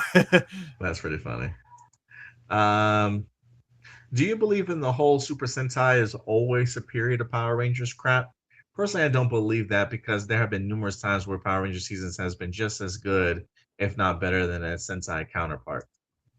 I think some seasons of Sentai are better than some seasons of Power Rangers for sure, but I don't think it's overall objectively superior. I think they both have their strengths and weaknesses. I think RPM is better than what was it? What was it called? The weird season that they adapted. It's like Go Goanger or something like that. Yeah. Okay. Yeah. But I also think that Gokaiger was like amazing compared to Megaforce. Yeah, that's true. Yeah, I don't know if I would say it's always superior to Power Rangers, but I kind of think majority of the time that it is. But that's not to say that they haven't been just as good, to say the least. But yeah, I mean, I think you give a great example, especially with like RPM and stuff. And I don't know, I'm curious how people would feel about like Turbo, with that being a comedic factor, if they appreciated it more than the comedic factor of the original. I'm kind of curious too. But yeah, maybe like the older stuff, like is like In Space better than what it was adapted from? That's such a great show. I'm kind of curious. So I wouldn't say always, but I would probably maybe say majority of the time. But I don't want to say always. But who knows? Johnny, hey Adam, have you heard about the potential new Power Ranger cast for Power Ranger Reboot? And one of them is from a Disney Channel series. Yeah, I was thinking about you, Johnny, when Sean Dixon's name came up. I was thinking, I'm pretty sure Johnny probably has actually watched this show before. So yeah, if you are familiar with Sean Dixon, definitely let us know, because I feel like you probably would be. Hey, Night of OA coming through. We appreciate you coming through. Happy Sunday. Always great to cap off the week with some Power Rangers discussions. Oh, yeah, absolutely. Night of OA coming over us from comicbook.com. Appreciate it, man. Vampirina is kind of awesome. My daughter loves it, he says. Yeah, I haven't watched it. But I with you talking about it, and I know Johnny's love for some Disney Channel shows, I might have to give it a watch and just see who Sean Dixon really is in the show. But I appreciate you chiming in today, Night of OA. Thank you. We even got Tony Robinson in the house. What's up, Adam and Stuart? Good to see you guys. Thank you so much, man. We got some the cameos today. Have been great on today's channel, man. Night of OA coming through along with Crystal Kyber. We appreciate you guys. Tony Robinson did drop a couple questions here too. Casting for how Hasbro Power Ranger series are ongoing. So how excited are you guys about it? I'm actually pretty excited about it. Like anytime we get brand new news for Power Rangers Reboot, I'm here for it, honestly. I like the idea that it's more tangible now that the process is moving along. This doesn't feel like they're gonna pull the rug from under us. Like, hey, we told you something was working, but we decided not to. Good luck in seeing who the rights are gonna go to next. It is like we're not playing games anymore. Like, whether or not it's gonna be good, who certainly knows. But I think new Power Rangers is good for everybody, and I think this franchise needs a kick in the ass and a great reboot for 2026. So I'm looking forward to it. Definitely agree. Yeah, for sure. Could you guys see Diana popping up in Superman Man of Tomorrow and Bruce showing up in Clayface? There's a part of me that still thinks, no, you know what? I don't, I will say, I think there's more of a, I want to say there's more of a chance of Batman popping up in Clayface than Wonder Woman popping up in Man of Tomorrow. But knowing me and my track record, it could be completely backwards. I don't know, and I mean like in the sense of like a quick cameo, maybe not even revealing who the actor is, but just Batman and his cape and cowl as a terrifying presence in the show, maybe. Um, I don't know. This is something that tells me that they have already secretly cast for Batman. But I don't know, Stuart. What do you think? You think who's got the better chance of popping up? You think? I'm gonna go with Bruce Wayne in Clayface. Man, can I tell you what I hope will happen? What I kind of think will happen? Sure. So what I think will happen is that it'll be a name drop, or we'll see him on the television, and we'll know about this beforehand before he makes his cameo. They're going to announce who they cast to play Bruce Wayne, and that'll be how we get introduced to our in-universe Batman. What I want to happen is zero news about it at all. I don't want to hear who's been cast as Batman. And I want our first introduction to the in-universe Bruce Wayne to be that maybe we see him on a billboard for half a second, or maybe he's talking on the television, but they have a very specific actor playing him, one that people would definitely maybe recognize, maybe not as much as other actors, depending on who they get. But regardless, I want him to be established in the Clayface movie in such a lame, I don't know why. I just think that like introducing him in such an anticlimactic, or like just like the most generic kind of way of him just happening to be in the background, I think that would be kind of awesome. I don't know why in my head I just think of like with them having inspiration from this Clayface being from the animated series.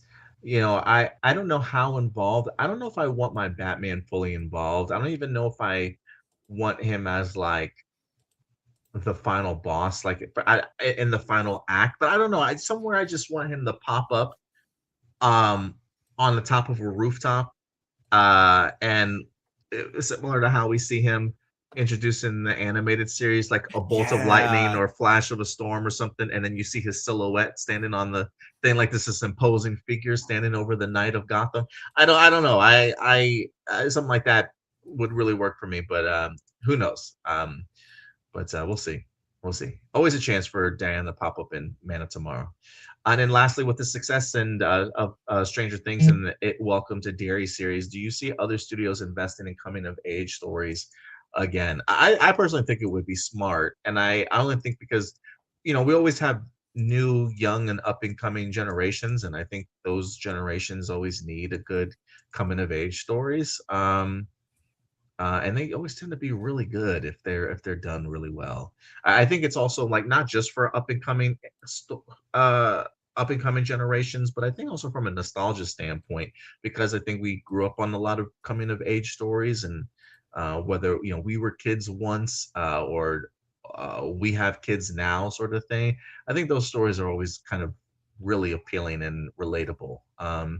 So yeah, I hope that they continue to do more stories again like that. But yeah, other than that, guys, I think that is all the questions for live viewer questions today. So thank you everybody that certainly participated. I was able to. I'm glad I refreshed the page to get some of those last minute questions in there, guys. So thank you so much. And again, all of our guests, I didn't ask them to pop up today. This wasn't like planned, but the idea of Crystal coming through and Night of OA certainly coming through is really means a lot, especially at the beginning of the new year like this, to kick off Hero Report for the remainder of the year. Hopefully, we have some really great changes headed your way here this year, guys. And despite Stuart not going to be here for the remainder of January, he will be back in February. I'm sure we'll talk a little bit more about it off air. But if you guys love this space, if you love my perspective and my charming personality, please come back for the rest of January. I would appreciate it. But a lot of things certainly headed your guys' way, and we'll see. Maybe I don't know. Maybe we'll have a couple of guest co-hosts in the meantime. So I'll keep you guys posted. But 22 Vola, the thunderstorm generator. I don't know what the. Maybe he's talking about Peg C. Peg C said Mega Ranger was based on video games. I don't know if the thunderstorm generator has anything to do with it, or where that comes from. But hey, you know what? Appreciate the view in the comment. 22. Thank you so much. If anybody knows a reference, please let us know in the chat. But yeah, that will do it for all of our live viewer questions and portion of the show. Stuart, any final things that we should say wrapping up before we go?